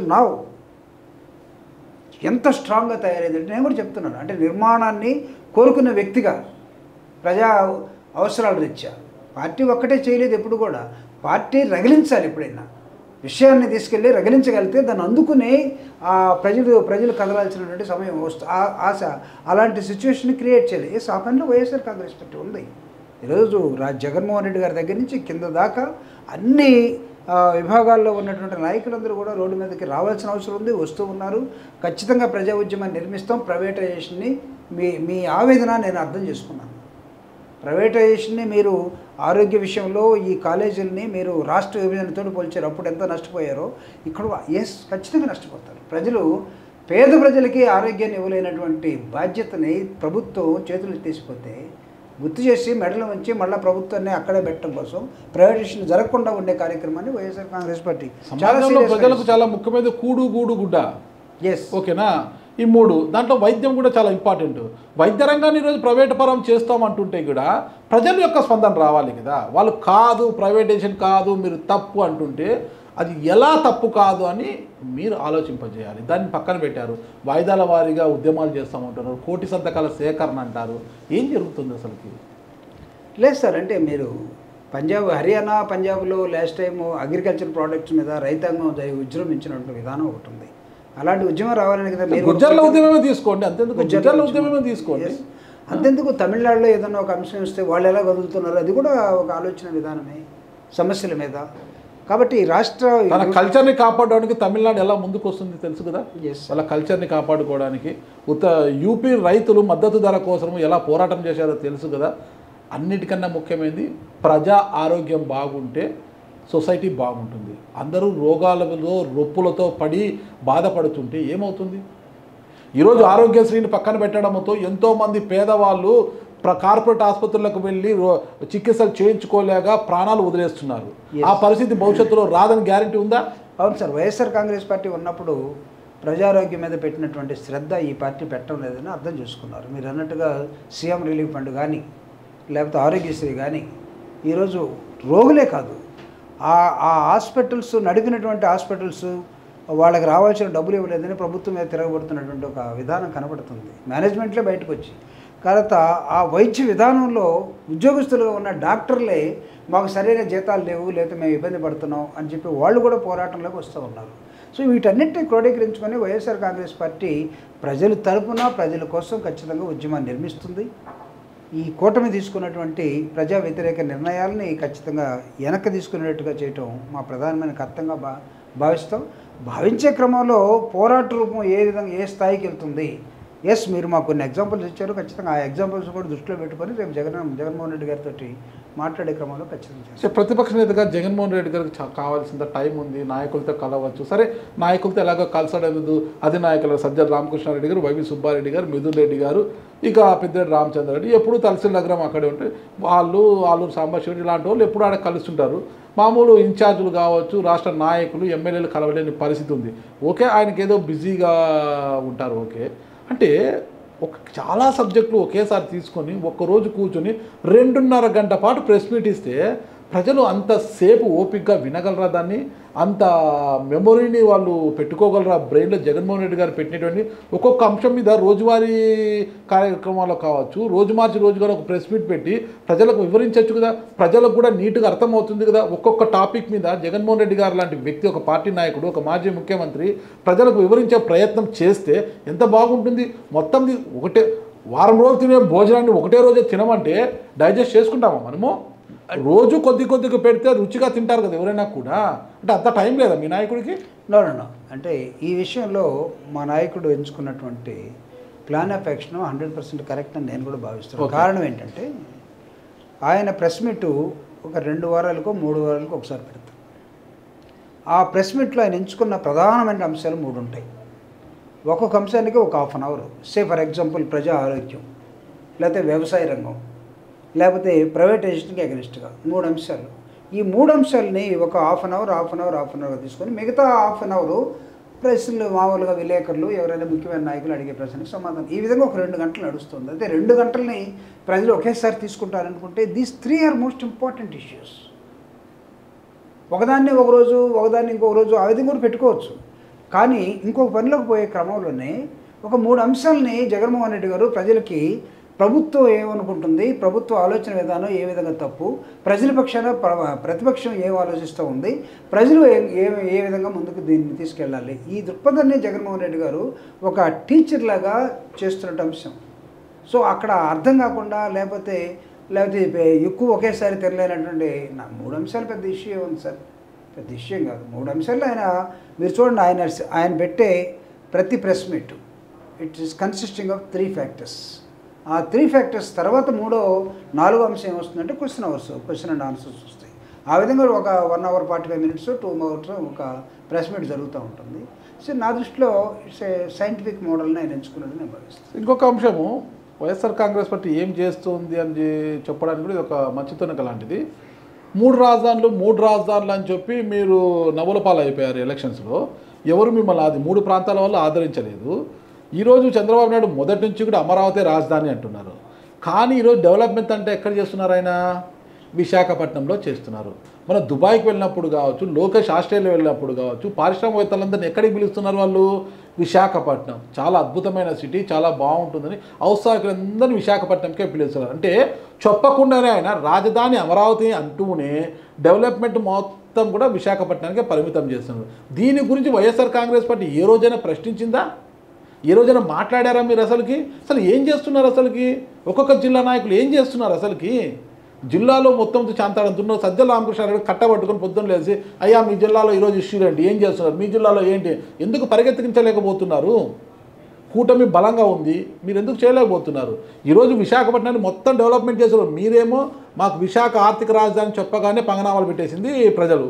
ఆ ప్రాంతంలో ఉత్తరాంధ్రలో మీకు వచ్చిన స్థానాలు ఎన్నో చెప్పుకుంటే నవ్వుల పాలు కావాల్సింది. రాయలసీమలో పరిస్థితి ఏంటి, కోస్తాంధ్రలో మీ పరిస్థితి ఏంటి అని తెలుసు. కానీ ఇక్కడ రాజధాని అమరావతి అంటుంటే ఇక్కడ ఏమి జరగడం లేదు, మొత్తం తీసుకుని వైజాగ్లో పెడుతున్నారు. దీని గురించి ఎందుకు మాట్లాడడం లేదు, గమనించడం లేదా, టైం లేదా? సార్ రాజకీయాలు ఒకటేమో స్ట్రైట్గా చెప్తే అర్థమవుతుంది అనుకుంటాం. రెండో యాంగిల్ ఏంటంటే చెప్పదలుచుకునే మనసులో పెట్టుకొని దొంగ తిరుగుడుగా చేసుకుంటూ వెళ్ళిపోవటం. సో మీరు 3 రాజధానులు ప్రకటించడం వల్ల మాకు వచ్చే నష్టాన్ని మేము గమనించాం. ఆ ప్రాంత ప్రజలు కూడా దాన్ని ఓన్ చేసుకోకపోవటం జరిగినటువంటి నష్టం కనపడింది. అది ఇప్పుడున్న వాళ్ళు కూడా కూటమి కూడా అదే కదా చేయటం. ప్రజలు అర్థం చేసుకోవాలి, లేటుగా అయినా సరే దాన్ని వివరించే ప్రయత్నం మీరెందుకు చేయడం? అనవసరమైన విషయాలపై పెడుతున్న మీరు అత్యుత్సాహాన్ని, అంటే అనవసరమైన విషయం అంటే లైక్ ఒకటి చెప్తా. తిరువూరులో అంటే విజయవాడ ఎంపీ కేశన్ చిన్నికి తిరువూరు ఎమ్మెల్యే కొలికిపూడి శ్రీనివాస్కి వాళ్ళకి అంతర్గత కలహాలు. ఆయన 5 కోట్లు ఇచ్చాను, నేను బ్యాంకులో పంపించాను, వాళ్ళు వాళ్ళ పార్టీ చూసుకుంటుంది, వాళ్ళిద్దరూ అంతర్గత కలహాలు వాళ్ళ పార్టీకి సంబంధించి జరిగితే వాళ్ళ పార్టీకి నష్టం జరుగుతుంది. మీకు వచ్చేది ఏంది దాంట్లో కూడా మీరు చలి కాచుకోవాలని చూస్తున్నారు, దాంట్లో కూడా వేలు పెడతారు, అత్యుత్సాహం ప్రదర్శిస్తారు మీరు. ఉద్యోగస్తులకు జరిగిన చర్చలో న్యాయం జరగలేదు, ఒక 4 డిఏలు అడితే ఒక డిఏ ఇచ్చినారు, మమ అనిపించారు. వాళ్ళేం రోడ్డు ఎక్కలేదే, మాకు అన్యాయం జరిగింది జగన్మోహన్ రెడ్డి గారు, మాకు అన్యాయం జరిగింది సజ్జల గారు అండేదే. ఉద్యోగస్తుల సమస్యలు కూడా భుజానికి ఎత్తుకుంటాం మేము అంటారు. అదే ఉద్యోగస్తులు మిమ్మల్ని గద్దె దింపారు. ఏమే అంటే ఒక పార్టీ అంతర్గత కలహాలను తలదూరుస్తారు, ఉద్యోగస్తులకు అన్యాయం జరిగింది వాళ్ళు చెప్పకపోయినా మీరే తలదూరుస్తారు. మరి ఇలాంటి విషయాల్లో మాట్లాడరా మీరు? ఎవరి పార్టీ దారిలో మేము తలదూర్చాం సార్? నిన్నటి రోజు మీ నాయకులు మాట్లాడింది చూస్తే తెలుస్తుంది. సాక్షిలో వచ్చిన మీ ప్రధానమైన ఛానల్లో వచ్చిన అంశాలు కూడా తెలుస్తాయి. కొలికపూడి గురించి ఏం మాట్లాడారు, కేసీఆర్ చిన్ని గారి గురించి ఏం మాట్లాడారు అందరికీ తెలుసు విషయాలన్నీ కూడా.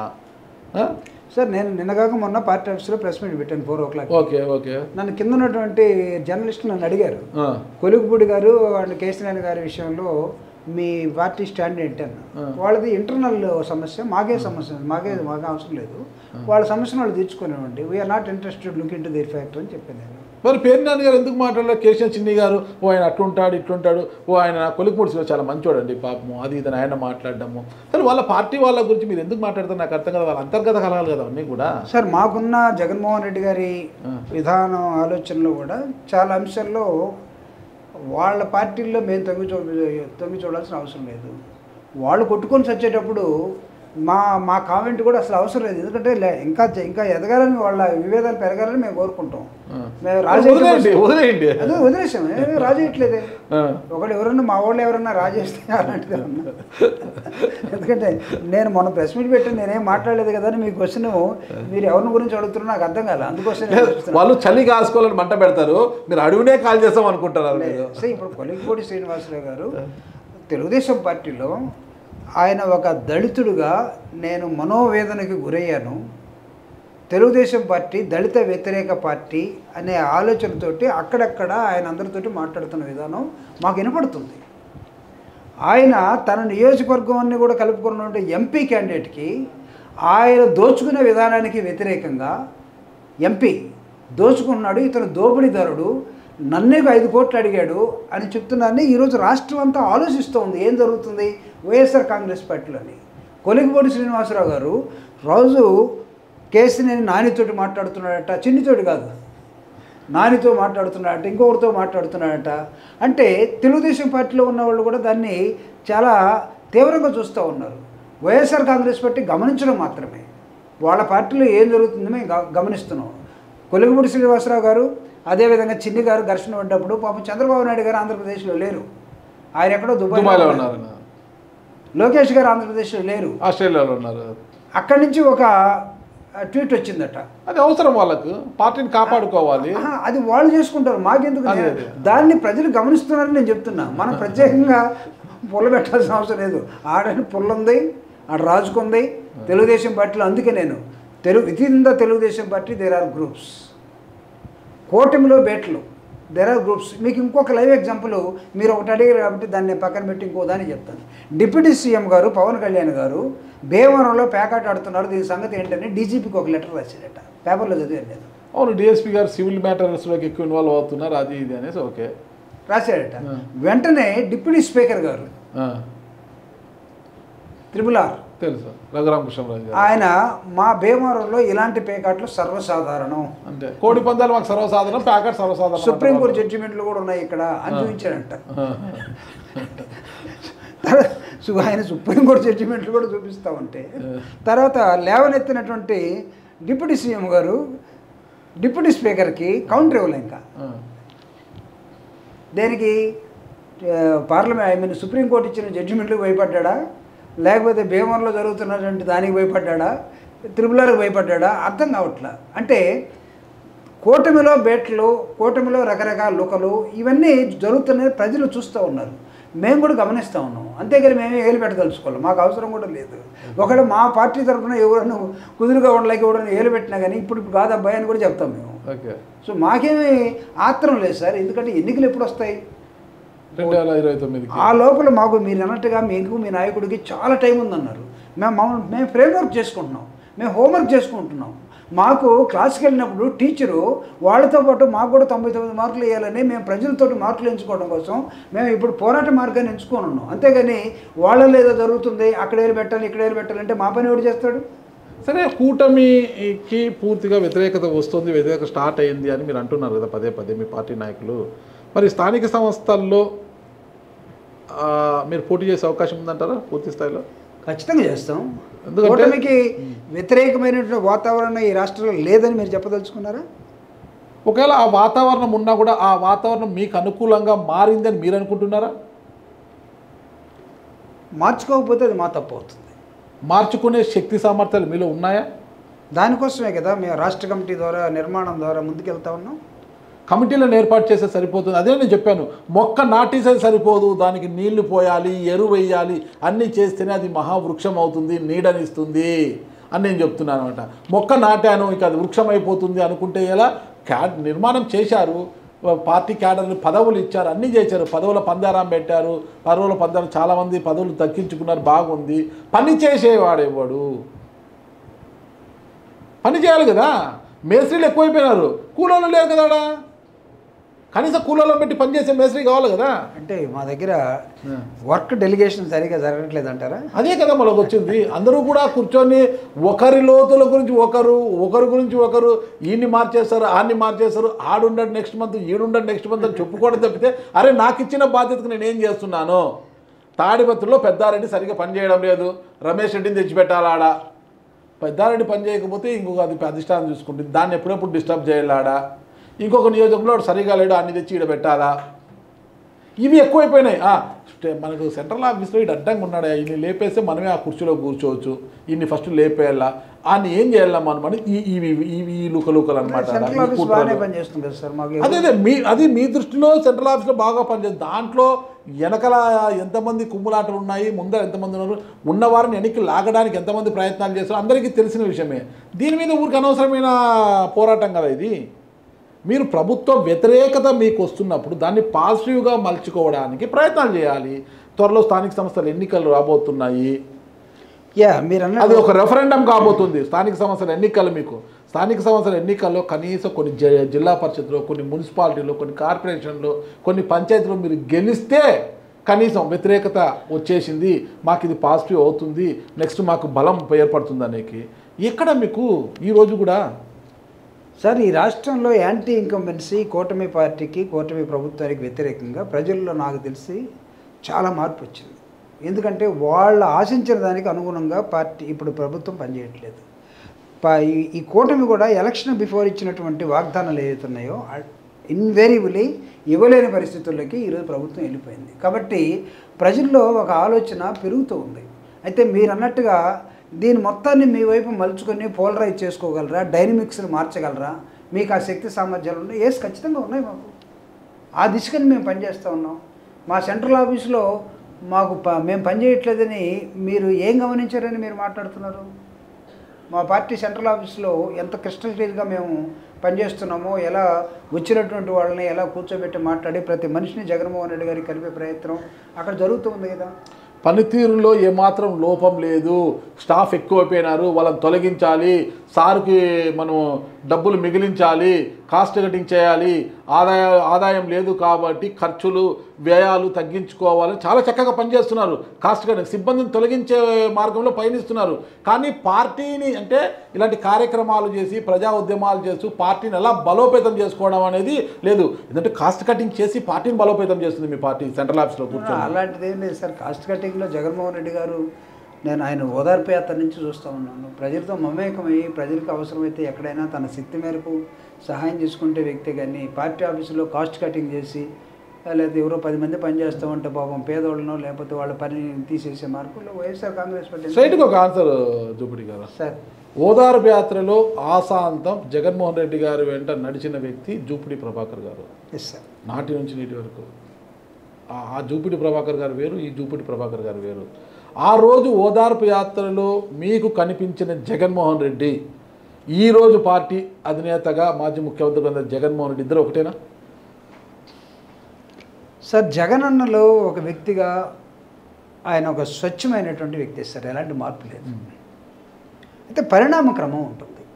ఆ రోజు మొత్తం రాజశేఖర రెడ్డి గారి మరణానంతరం జరిగినటువంటి ఓదార్పు యాత్ర అది ఒక పోరాటంతో కూడినటువంటి, సింపతితో కూడినటువంటి, ప్రేమ అనురాగాలతో కూడినటువంటి ఒక పెద్ద దాన్ని ఏమంటామంటే ఒక లాంగ్ మార్చ్ లాగా సాగినటువంటి ఒక యాత్ర అది.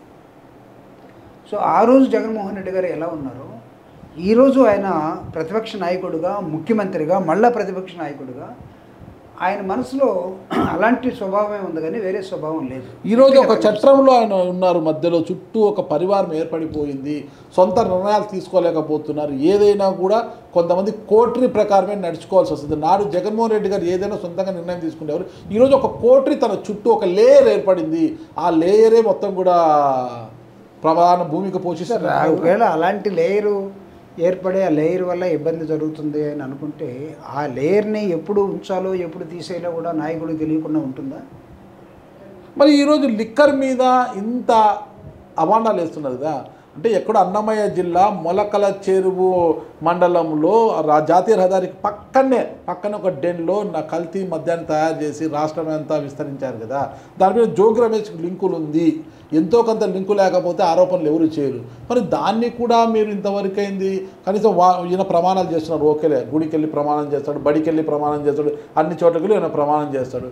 కానీ ఇంకా వాళ్ళు ఆధారాల కోసము, కట్టుదిట్టమైన ఆధారాల కోసం కూటమి ప్రభుత్వము ప్రయత్నిస్తుంది అనుకుంటాము. కానీ మీరే ఒక కోర్టుకు వెళ్ళి మీ సత్యత నిరూపించుకుని ఇలా చేస్తున్నారు, దీని మీద ఎంక్వైరీ చేయండి, అసలు వాస్తవాలు బయటికి తిండి, దీంట్లో అసలు ఎవరెవరితో లింక్ ఉంది, జయచంద్రారెడ్డిని ఎందుకు పట్టుకోలేకపోతున్నారు?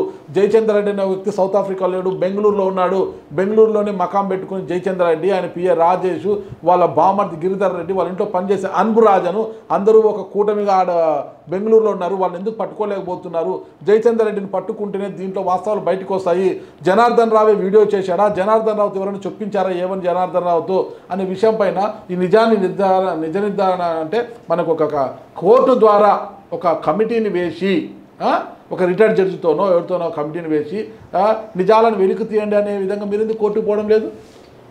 సార్, ఇప్పుడు మేము ప్రజా ఉద్యమాన్ని నిర్మించే క్రమంలో ఈ నకిలీ మద్యానికి వ్యతిరేకంగా వైఎస్ఆర్ కాంగ్రెస్ పార్టీ ఒక ఉద్యమాన్ని నిర్మించిన మీ అందరికీ తెలుస్తుంది. సరే, దానిలో జనార్దన్ రావు జోగి రమేష్ పేరు చెప్పాడా, జోగి రమేష్ ఆ గుడికి వెళ్ళాడా, లేకపోతే మా మనుషుల దగ్గరికి వెళ్ళారా, ఇవన్నీ పక్కన పెట్టేద్దాం. ఎందుకంటే ఈ ఒక సీరియస్ సబ్జెక్ట్ నడుస్తున్నప్పుడు మధ్యలో ఇలాంటి అక్కడక్కడ వచ్చిపోతే దాని మీద మేము మనసు పెట్టలేము.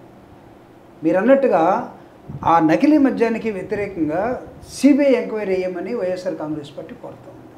ఎందుకు? లోకల్గా ఉన్న సిట్టు మీద మాకు నమ్మకం లేక, లేకపోతే మంత్రులతోటో అధికారులతో చేసే కమిటీతో మాకు నమ్మకం లేక ఒక సిబిఐ ఎంక్వైరీని వైఎస్ఆర్ కాంగ్రెస్ పార్టీ అడుగుతుంది. మీరు ఏమనుకున్నారో వైఎస్ఆర్ కాంగ్రెస్ పార్టీ అది ప్రాక్టికల్గా అడుగుతూ ఉంది.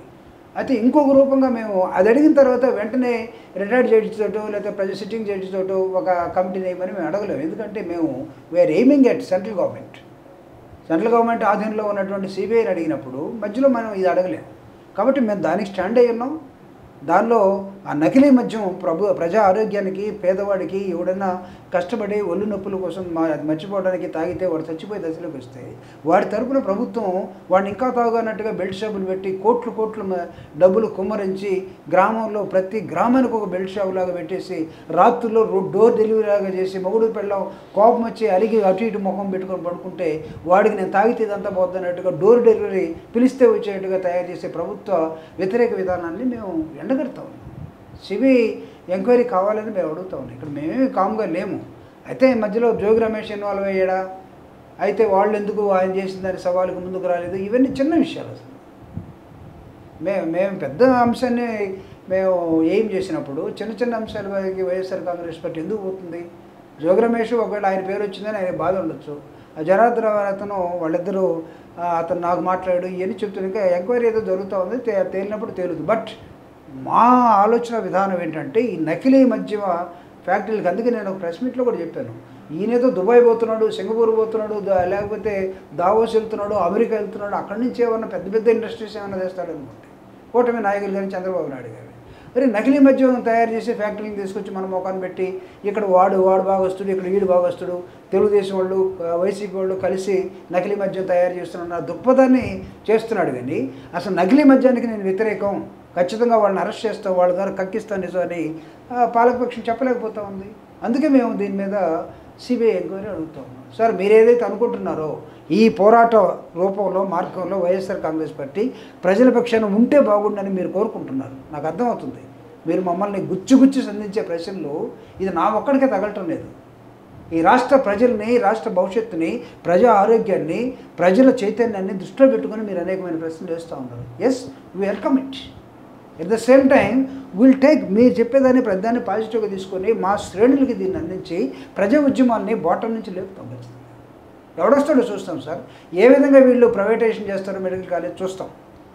నకిలీ మధ్యమ ఈ ఫ్యాక్టరీలు ఖచ్చితంగా వీటన్నిటిని కూడా గతంలో రోషమ్మ గారు లాంటి సారా వ్యతిరేక ఉద్యమాలని మేము నిర్మించలేకపోవచ్చేమో, కానీ లేకపోతే మాకున్నటువంటి శ్రేణుల ద్వారా, మహిళా ఉద్యమాల ద్వారా ఖచ్చితంగా ఈ నకిలీ ఉద్యమాన్ని కానీ, నకిలీ మద్యాన్ని కానీ, లేకపోతే వీళ్ళు వేస్తున్న తింగర విషయాలను కూడా ప్రజల్ని ఎడ్యుకేట్ చేసే క్రమంలో మా విభాగాలు ముందున్నాయి, మేము ముందున్నాం, మా నాయకత్వం ముందు ఉంది. వైఎస్ఆర్ కాంగ్రెస్ పార్టీ చాలా సీరియస్గానే ముందుకెళ్తున్నటువంటి నేపథ్యం సార్.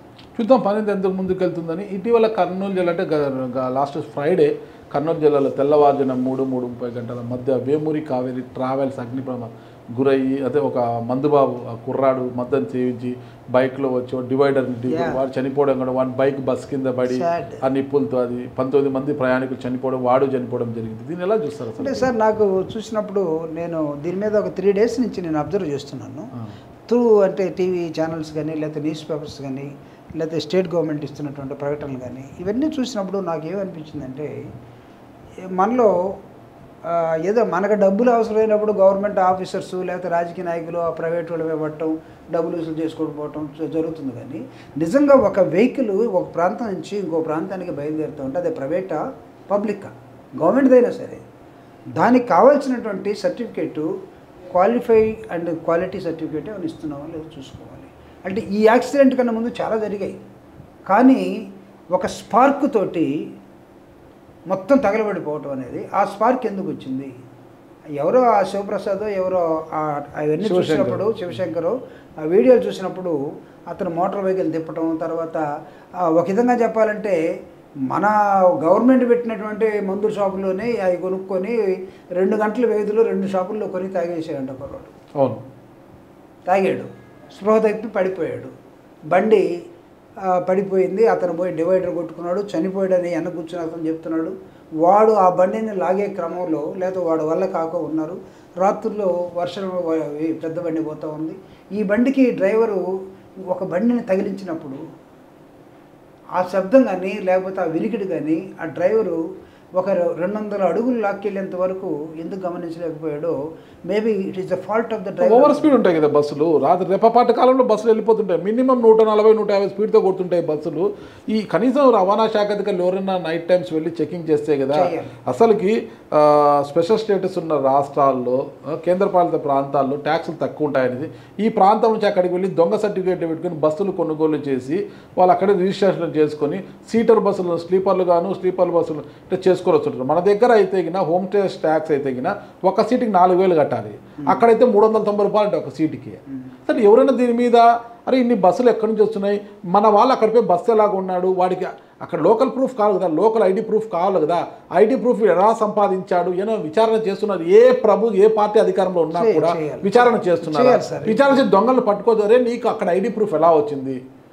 నాగరాజు అనేవాడు అడిపోయి బస్సు కొంటే అరుణాచల్ ప్రదేశ్లో ఎట్లా కొన్నాడు వీడు, వానికి ఐడి ప్రూఫ్ ఎక్కడి నుంచి వచ్చింది, అక్కడ ఏంటి, ఏది వీడు దొంగగా చేసినాడు అనేది కాదా. ఫిట్నెస్కి 2 ఏళ్ళకు ఒకసారి ఫిట్నెస్కి పోవాలి బస్సులు, ఫిట్నెస్కి వెళ్ళడం లేదు. ఇక్కడ నుంచే దళారీలకు డబ్బు పంపిస్తారు, ఫిట్నెస్ సర్టిఫికేట్ మన ఇంటికి వచ్చేస్తుంది. ఆ ఫిట్నెస్ సర్టిఫికేట్తో ఏమని తిరిగేస్తున్నారు. అర్ధరాత్రి కనీసం సీట్కి ఒక హ్యామర్ ఉండాలంటే హ్యామర్ ఉండడం లేదు, ఏమీ ఉండటం లేదు. బస్సులో ఎక్కితే కనీసం వాటర్ కూడా ఇవ్వరు వాళ్ళు. ప్రమాదాలు జరిగినప్పుడు సేఫ్టీ ప్రికాషన్స్, రూల్ ప్రకారం సేఫ్టీ ప్రికాషన్స్ ఉన్నాయా లేవా చూడడం లేదు. మత్తులో జోగాడుతున్నారు మన అధికారులు, ప్రభుత్వం కళ్ళు మూసుకుంటుంది. తద్వారా వెరీ సాడ్ సార్. నిజంగా ఇన్సిడెంట్ చూసినప్పుడు అర్ధరాత్రి 2 గంటల తర్వాత ప్రతివాడు నిద్రలో ఉంటాడు. నిద్రలో ఉన్నప్పుడు స్పార్క్ వచ్చేసి ఫ్లేమ్స్ వచ్చిన తర్వాత పొగంతా బండిని కమ్ముకున్న తర్వాత చీకట్లో ఏం కనబడకుండా, పీల్చడానికి ఊపిరి పీల్చుకోవడానికి గాలి లేకుండా స్పృహతో పడిపోయిన వాళ్ళు, పడిపోయిన వెంటనే ఆ ఫ్లేమ్ అంతా బాడీకి వచ్చేసి నిజంగా అది వర్ణాతీతం. ఇలాంటివన్నీ జరిగితేనే అధికారులు రాజకీయ నాయకులు కదులుతారు అనుకుంటే పొరపాటు. వాటన్నిటినీ అజ్యూమ్ చేసుకొని ఇలా ఉంటాయి కాబట్టి వాటిని ఎలా నియంత్రించాలని మనకి rules, regulations, dos, don't dos ఇవన్నీ వచ్చి ఉంటాయి.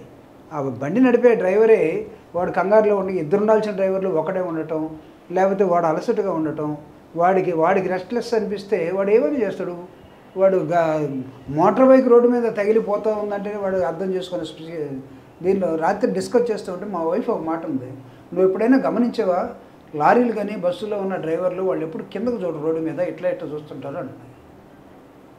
కావాలంటే నువ్వు కారులో పోతూ చూడు ఒకసారి, వాళ్ళు దే నెవర్ సీ డౌన్, ఇట్లా చూస్తారట. అంటే కారు నీకు బస్సు కింద ఒక మోటార్ బైక్ రోడ్డు మీద పడి ఉంటే ఆ మోటార్ బైక్ నెట్టుకొని బస్సు పోతా ఉంది, కానీ అరే మోటార్ బైక్ తగిలిందే అన్న స్పృహ డ్రైవర్ కోల్పోబట్టే 19 మంది ప్రాణాలు పోయినాయి. సో ఆ సెన్స్ ఆఫ్ హ్యూమర్, ఆ సివిక్ సెన్స్ డ్రైవర్కి ఉండాల్సింది first of all civic sense sir. అది లోపించడం వల్ల 19 మంది ప్రాణాలు. టౌన్స్లో మీరు చూడండి, అందరు లైన్లో పోతుంటారు, ఒక ఆటో ఆయన తీసుకొచ్చేసి ముందుకు పెడతాడు, అంటే ముందు చక్రం దూరితే చాలు, మిగతా వాళ్ళందరూ పక్కకి వెళ్ళిపోతారు, మనం వెళ్ళిపోవచ్చు అని. అంటే ఆ సివిక్ సెన్స్ని మనం ప్రతి డ్రైవర్ కలిగి ఉండాలి. అది స్కూటర్ కానీ, సైకిల్ కానీ, కారు కానీ, మోటార్ బైక్ కానీ, లేకపోతే లారీ కానీ, ఏదైనా సరే అది మిస్ అయినప్పుడు డ్రైవర్కి అది మిస్ అయిపోతే డ్రైవర్ ఎవడని కూడా మనం టెస్ట్ చేయం కాదు సార్. బుక్ చేసుకుంటాం, వెళ్ళిపోతాం. మనం కూడా పగులంతా అలసిపోయి రాత్రి ప్రయాణాన్ని ఎందుకు ఎంచుకుంటారంటే వాళ్ళకేం పగులు ప్రయాణం చేయటం ఇష్టం లేక కాదు, వాళ్ళు కూడా కొంచెం రెస్ట్ తీసుకోవచ్చు, తర్వాత తెల్లరేసరికి అక్కడ ఉంటామని. కానీ మనల్ని నడిపే డ్రైవరు, మనం ఏమైనా విమానం ఎక్కితే విమానం డ్రైవర్ని మనం చూడకపోవచ్చు, కరెక్ట్, అది ఎడిపోతుందో మనకి ఎక్కిన తర్వాత పోవటమే. కానీ బస్ డ్రైవర్ ముఖం చూస్తాం కదా ఎక్కేటప్పుడు, కండక్టర్ ఒకడు ఉంటాడు, క్లీనర్ ఒకడు ఉంటాడు, ఎవడో వస్తాడు, వాళ్ళు లేకుండా. సో ఈ దరిద్రం ఆ మేనేజ్మెంట్ కానీ, మేనేజ్మెంట్ని సూపర్వైజ్ చేయాల్సిన గవర్నమెంట్ కానీ వీళ్ళిద్దరూ డబ్బులకు లాలూచి పెడితే ప్రాణాలు పోతాయి. మీరు అన్నట్టుగా మణిపూర్లో ఏం జరుగుతుంది, అరుణాచల్ ప్రదేశ్లో ఏం జరుగుతుంది, ఎక్కడ బస్సులు చీప్గా దొరుకుతాయి, ఎక్కడ వాటిని మనం మార్పు చేసుకోవచ్చు. మన జేసీ ప్రభాకర్ రెడ్డి గారు అనుకుంటా, ఆయన ఒక ఇంటర్వ్యూ ఇచ్చాడు, అసలు నన్ను అడగంటారు నేను చెప్తాను ఇలాంటి యాక్సిడెంట్లు ఎందుకు జరుగుతున్నాయి, ఆయన ఎవరు అడగాలి, మళ్ళీ ఆయన అడగాలంటే మళ్ళీ మొత్తం పోలీస్ ప్రొటెక్షను. ఏంటి సార్ మీరు ఇందాక తాడిపత్రి విషయం చెప్పారు, కానీ అది మా పార్టీ అయినా ఇంకొక పార్టీ అయినా ఇద్దరు నాయకులు, ఒకడు బయటకు వస్తే 100 మంది పోలీసులు ఒకడికి, ఒకడు ఇంకొక ఊరు పోతుంటే వాడికి 100 మంది పోలీసులు. ఎందుకు సార్ అవసరమా? వాళ్ళిద్దరు హ్యాపీగా తిరగమనండి, వాళ్ళకి ఎందుకు ఇవ్వాలి అసలు పోలీస్ ప్రొటెక్షన్ అని అడిగితే, ఎందుకు గందరగోళం తెచ్చుకోవాలి? హ్యాపీగా తిరగమనండి వాళ్ళిద్దరిని, తిరిగినోడు తిరుగుతాడు, పోయేవాడు పోతాడు. వీడు బయట లోపల మాట్లాడుతూ నేను పోతున్నాను, పోలీస్ ప్రొటెక్షన్ వచ్చేంత వరకు కదలడు. మళ్ళీ వచ్చిన తర్వాత ఇంకోటి ఎవరైనా కదిలిస్తున్నారంటే 10 మంది వాడిని నెట్టుకొని వీడిని నెట్టుకొని, ఏంటిది అసలు నన్ను అడిగితే ఇద్దరిని వదిలేసి ఇద్దరిది మీద ఆ ఊరే, అక్కడి నుంచి నిలబడాలి, జాగ్రత్తగా ఉండండిరా బాబు అని ప్రజలు చెప్పేంత వరకు వాళ్ళకి లెసన్ ఇవ్వగలిగితే సరిపోతుంది. కాబట్టి వీటన్నిటి మీద క్రోడీకరించినప్పుడు నాగరాజు గారు, మీరు మా పార్టీని గురించి, మా పార్టీ నిర్మాణాన్ని గురించి, మా పార్టీ వర్క్ డెలిగేషన్ గురించి మీకు చాలా సమయం ఉంది కదా, మీరు ఎందుకు తొందరపడుతున్నారు? మీరు కన్సల్టేట్ సరిగా చేసుకోండి. మీరు డైనమిక్స్ని మార్చాల్సిన వాడు ఒకటి వెనకాల వాడు తోక ఎందుకు కొట్టుకొని పోతారు, ఏమి లేనివాడు తోక. దీని మీద కొన్ని విమర్శలు వచ్చినాయి. అసలు తోకున్నవాడు వెనకాల రావాలి కదా, తోక లేనట్టుగా మేము భావించి, లేనోడు ఉన్నట్టుగా వాడు భావించి. సో కాదండి, ఉద్యమానికి నిర్దిష్టమైనటువంటి స్వభావాన్ని తీసుకొస్తాం. ఎందుకంటే మేమంతా ఉద్యమాల నుంచి పైకి వచ్చినటువంటి వాళ్ళమే, మాకు ఉద్యమాలు కొత్త కాదు, చదువు కొత్త కాదు. ఉద్యమ నాయకులు మీ పార్టీలో అంత వాల్యూ ఉందంటారా? వాళ్ళ ఉద్యమాన్ని, ఆ సీనియారిటీని చూసి ఏ ఒక్కరికైనా న్యాయం చేస్తుంది మీ పార్టీ? అంటే ఉద్యమ అనుభవాన్ని, నేను ఉద్యమ నాయకుడిని, ఉద్యమాల నుంచి వచ్చానని చెప్తున్న జూపూడి ప్రభాకర్ గారి యొక్క సర్వీసెస్ ఆ పార్టీ ఏమాత్రం వాడుకుంటుంది? అంటే నేను చెప్పాల్సిన, మీకు ఒక నియోజకవర్గం అంటూ లేకుండా చేసింది కదా ఈరోజు మీ పార్టీ. మీలాంటి సీనియర్కి ఒక ఆదిమూలం సురేష్ గారు నాకు కొండేపి వద్దు మహాప్రభు నన్ను మార్చండి అంటే పట్టించుకోరు. ఆ కొండేపి నియోజకవర్గానికి చెందిన జూపిడి గారికి ఆ నియోజకవర్గ ఇన్ఛార్జిగా ఇవ్వచ్చు కదా, ఎందుకు ఇవ్వరు? అసలు ఏమి అసలు మీ పార్టీ మీలాంటి సీనియర్ నాయకులు ఎందుకు ఉపయోగించుకోవాలి? ఇలా చెప్పుకుంటూ పోతే మీలాంటి వారు చాలామంది ఉన్నారు నియోజకవర్గానికి దూరంగా. ఒక నియోజకవర్గ ఇన్ఛార్జ్ బాధ్యతలు ఎలా ఉపయోగించుకోవాలి, వాళ్ళ నాయకత్వాన్ని, వాళ్ళ సీనియారిటీని, వాళ్ళ అనుభవాన్ని, విషయ పరిజ్ఞానం అధికంగా ఉన్న వారిని ఎలా ఉపయోగించుకోవాలని కూడా తెలియదు మీ పార్టీలో. సీనియర్లు అందరూ ఉన్నారు, ఏం చేస్తాం? అంటే మీరు అడిగారు కాబట్టి నేను చెప్తున్నాను సార్. ఇప్పుడు ఎలక్షన్స్ తర్వాత అక్కడ కంటెస్టెడ్ క్యాండిడేట్స్ కొంతమంది ఉన్నారు. జగన్మోహన్ రెడ్డి గారు ఆలోచన విధానం ప్రకారం కొంత టైం తీసుకుంటున్నాడు. ఆ టైం తర్వాత ఒకవేళ మాలాంటి వాళ్ళని అడుగుతారేమో. మరి మైలవరంలో కంటెస్టెడ్ క్యాండిడేట్ నార్నాల్ తిరుపతిరావు ఎవరు ఉన్నారు కదా, ఆయన ఉండగా మళ్ళా ఇక్కడ పెనమూరులో పోటీ చేసిన జోగి రమేష్ని తీసిపాడు ఇన్ఛార్జ్కి ఎందుకు చేశారు? అంటే జోగి రమేష్కు ఉన్న ప్రాధాన్యత ఇతరులకు లేదా? జూపిడి దాంట్లోకి లేదంటారా మీ పార్టీలో? అంటే పెనమలూరులో జోగి రమేష్గా 60,000 ఓట్లు వచ్చాయి కదా, ఐ థింక్ 80,000 ఓట్లు వేశారు కదా. ఈయనకు 80,000 ఓట్లు వస్తే 1,44,000 ఓట్లు ఆయనకు ఎమ్మెల్యేకి వచ్చాయి. ఓకేనా? మరి ఈ 24,000 మందికి ఈయన బాధ్యుడే కదా. మరి అక్కడ ఎవరిని బాధ్యత పెట్టేసి ఆయన తప్పించి పెనమలూరు మైలవరం తీసుకొచ్చారు. మైలవరంలో ఉన్న నేర్నాల్ తిరుపతిరావు ఎవరు ఆయన పరిస్థితి ఏంటి? ఆయన డబ్బు ఖర్చు పెట్టుకుంటాడు ఎలక్షన్లో, ఆయన తీసి పక్కన పడేశారు కదా. జోగి రమేష్ పైన ఎందుకు మీ పార్టీ నాయకులకు అంత ప్రేమ? అంటే పార్టీ నిర్మాణంలో ఉన్నప్పుడు ఇలాంటి ప్రశ్నలకు నా దగ్గర సమాధానం లేవు. ఇటీవల కాలంలో 3 కాపు యువ కుర్రాళ్ళని ఒక కమ్మ సామాజిక వర్గానికి చెందిన ఒక నాయకుడు కారుతో తొక్కించి పెట్టి దాంట్లో ఒకరు చనిపోయారు. 2 శరీరాలు పనికి రాకుండా పోయే వాళ్ళ జీవితంలో ఇంక వాళ్ళు బతికినా వేస్టే. అంత ధైర్యం ఎక్కడి నుంచి వచ్చింది అంటారు? అంటే సార్ ఇది చాలా సీరియస్ క్వశ్చన్. అంటే మా జిల్లా గతంలో కందుకూరు, మా ప్రకాశంలోతే కందుకూరులోనే నేను హై స్కూల్ కూడా నాది అక్కడ 8, 9, 10 తరగతులు కూడా. అంటే నాకు తెలియనటువంటి ప్రాంతం కాదు. కూటమి ప్రభుత్వంలో భాగస్వాములుగా ఉన్నటువంటి 3 పార్టీలు, బీజేపీ సరే పక్కన పెట్టేద్దాం, ప్రధానంగా ఉన్నటువంటి 2 పార్టీలు ఒకళ్ళు ఏం భావిస్తున్నారంటే మేము కాపులమని భావిస్తున్నారు. ఒకళ్ళు ఇంకొకళ్ళు ఏం భావిస్తున్నారంటే మేము కమ్మలమని భావిస్తూ ఉన్నారు. చంపబడ్డ వ్యక్తి, చనిపోయిన వ్యక్తి అంటే తెలుగుదేశం చౌదరీస్ అనే కారు వెనకాల రాసుకొని తిరిగిన హరిశ్చంద్ర ప్రసాద్ చౌదరి, చనిపోయిన కురవాడు కాపు బరిజారు. నాకు తెలిసి వీళ్ళిద్దరు కూడా కూటమిలో ఉన్నారే కానీ ఈ ఘర్షణ జరిగిన తర్వాత కారుతో అతన్ని గుద్దించిన తర్వాత 2 రోజుల తర్వాత ఫ్లేరప్ అయిన అంశం ఏంటంటే కూటమిలో ఉన్నటువంటి కూటమి పార్టీల్లాగా ఉన్నాయా, ఆ పార్టీలు కాస్త కులం రంగు పులుముకొని కుల పార్టీలుగా మారిపోయినాయి, లేకపోతే కులాలుగా మారిపోయినాయి. సడన్గా ఏమైపోయిందంటే మా కులానికి సంబంధించిన వ్యక్తిని మీరు చంపుతారా? మా పార్టీ అనేది పోయింది అక్కడ. ఈ కూటమిలో భాగస్వామ్యం అనేది పోయింది అసలు. సో ఇలాంటి వాతావరణం ఒక ప్రశ్న ఉద్భవించినప్పుడు నాకు తెలిసి కూటమికి నాయకత్వం ఎవరైతే వహిస్తున్నారో వాళ్ళు చాలా సీరియస్గా దాన్ని వెంటనే అణిచివేయాలి ఆ స్వభావాన్ని. అలా కాకుండా ఒకరు కాపు వర్గం అని ఒకరు కమ్మ వర్గం అని జరిగినటువంటి ఇన్సిడెంట్ని ఇద్దరు కంబైన్డ్గా అధికారంలోకి వచ్చి నా వల్ల వచ్చావని ఒకడు, నేను లేకపోతే నువ్వెక్కడున్నావని ఒకడు, అంటే కులాలుగా విడిపోయినటువంటి కూటమి ఈరోజు పార్టీల కన్నా కులాలుగా ఎక్కువ కనబడుతూ ఉంది. కులాలతోటే చంద్రబాబు నాయుడు గారు ఆ పార్టీ నడపదలుచుకున్నాడా, లేకపోతే కులంతోటే ప్రాధాన్యతోటే పవన్ కళ్యాణ్ గారు ఆ పార్టీ నడపదలుచుకున్నాడా? ఇది ప్రజలు గమనించమని నేను కోరుతా ఉన్నాను. వైఎస్ఆర్ కాంగ్రెస్ పార్టీ దీనిలో ఎక్కడ కూడా ఎలాంటి దీన్ని చేయట్లేదు. ఎక్కడైతే అన్యాయానికి గురయ్యాడో ఆ కుటుంబానికి న్యాయం జరగాలి మాత్రం వైఎస్ఆర్ కాంగ్రెస్ పార్టీ మాట్లాడింది. ఇది వాళ్ళు పూసుకున్నది. మా వల్లే తెలుగుదేశం కమ్మవాళ్ళు గెలిచారని అక్కడ ఉన్నటువంటి బలిజులు కాపులు ఇస్తున్న నినాదాన్ని టీటీవీ ద్వారా చూసాం. మరి మీ పార్టీలో కాపు నాయకులందరూ ఎందుకు వచ్చి పొలవమంటే తరలి వచ్చి చూస్తున్నారు? మీరెందుకు అందుకుంటున్నారు? సింపతి కోసం ఒకరిద్దరు వ్యక్తిగతంగా వెళ్ళి ఉండొచ్చు. ఇట్ ఇస్ నాట్ అంత దూరం నుంచి రాజమండ్రి నుంచి జక్కంపూడి రాజా గారు ఎందుకు వచ్చారు? It's not a party decision. It's not a party decision. ఒకవేళ పార్టీ డెసిషన్ ఒక పార్టీ లైన్ ఉంటే ప్రకాశం జిల్లాకు సంబంధించిన వ్యక్తిగా నాకు చెప్పి ఉండాలి, లేకపోతే మా వాడికి ఇంకొకరు చెప్పి ఉండాలి. ఎందుకో ఆ నియోజకవర్గంలోనే కంటెస్ట్ చేసినటువంటి మా ఎమ్మెల్యేగా నిలబడినటువంటి ఆయన ఎక్కడ దీని మీద మాట్లాడలేదు. దాన్ని బట్టి మనం అర్థం చేసుకోవచ్చు. అంటే కూటమి కులాలతో నడుపుతున్నారా మీరు, లేకపోతే పార్టీలుగా నడుపుతున్నారా? అంటే మీకు ఇష్టం వచ్చినప్పుడు కులాల మధ్య ఘర్షణ పెట్టి మీరు అనుకున్నప్పుడు దాన్ని పార్టీగా మార్చుకొని జగన్మోహన్ రెడ్డి గారిని ఒక భూతంగా చూపించి, జగన్మోహన్ రెడ్డి గారు ప్రజాస్వామ్యవాదిగా ఉన్నాడు కాబట్టి ఆయనకి వ్యతిరేకంగా కులాల్ని సమీకరించి కూటమిలుగా మార్చుకొని ఎన్నికల్లో గెలిచినప్పుడు ఒక విధంగా, ఓడిపోయిన ఒక విధంగా, గొడవలు వస్తే ఒక విధంగా, గొడవ రాకపోతే ఒక విధంగా ఏం చెప్పదలుచుకున్నారు సమాజానికి?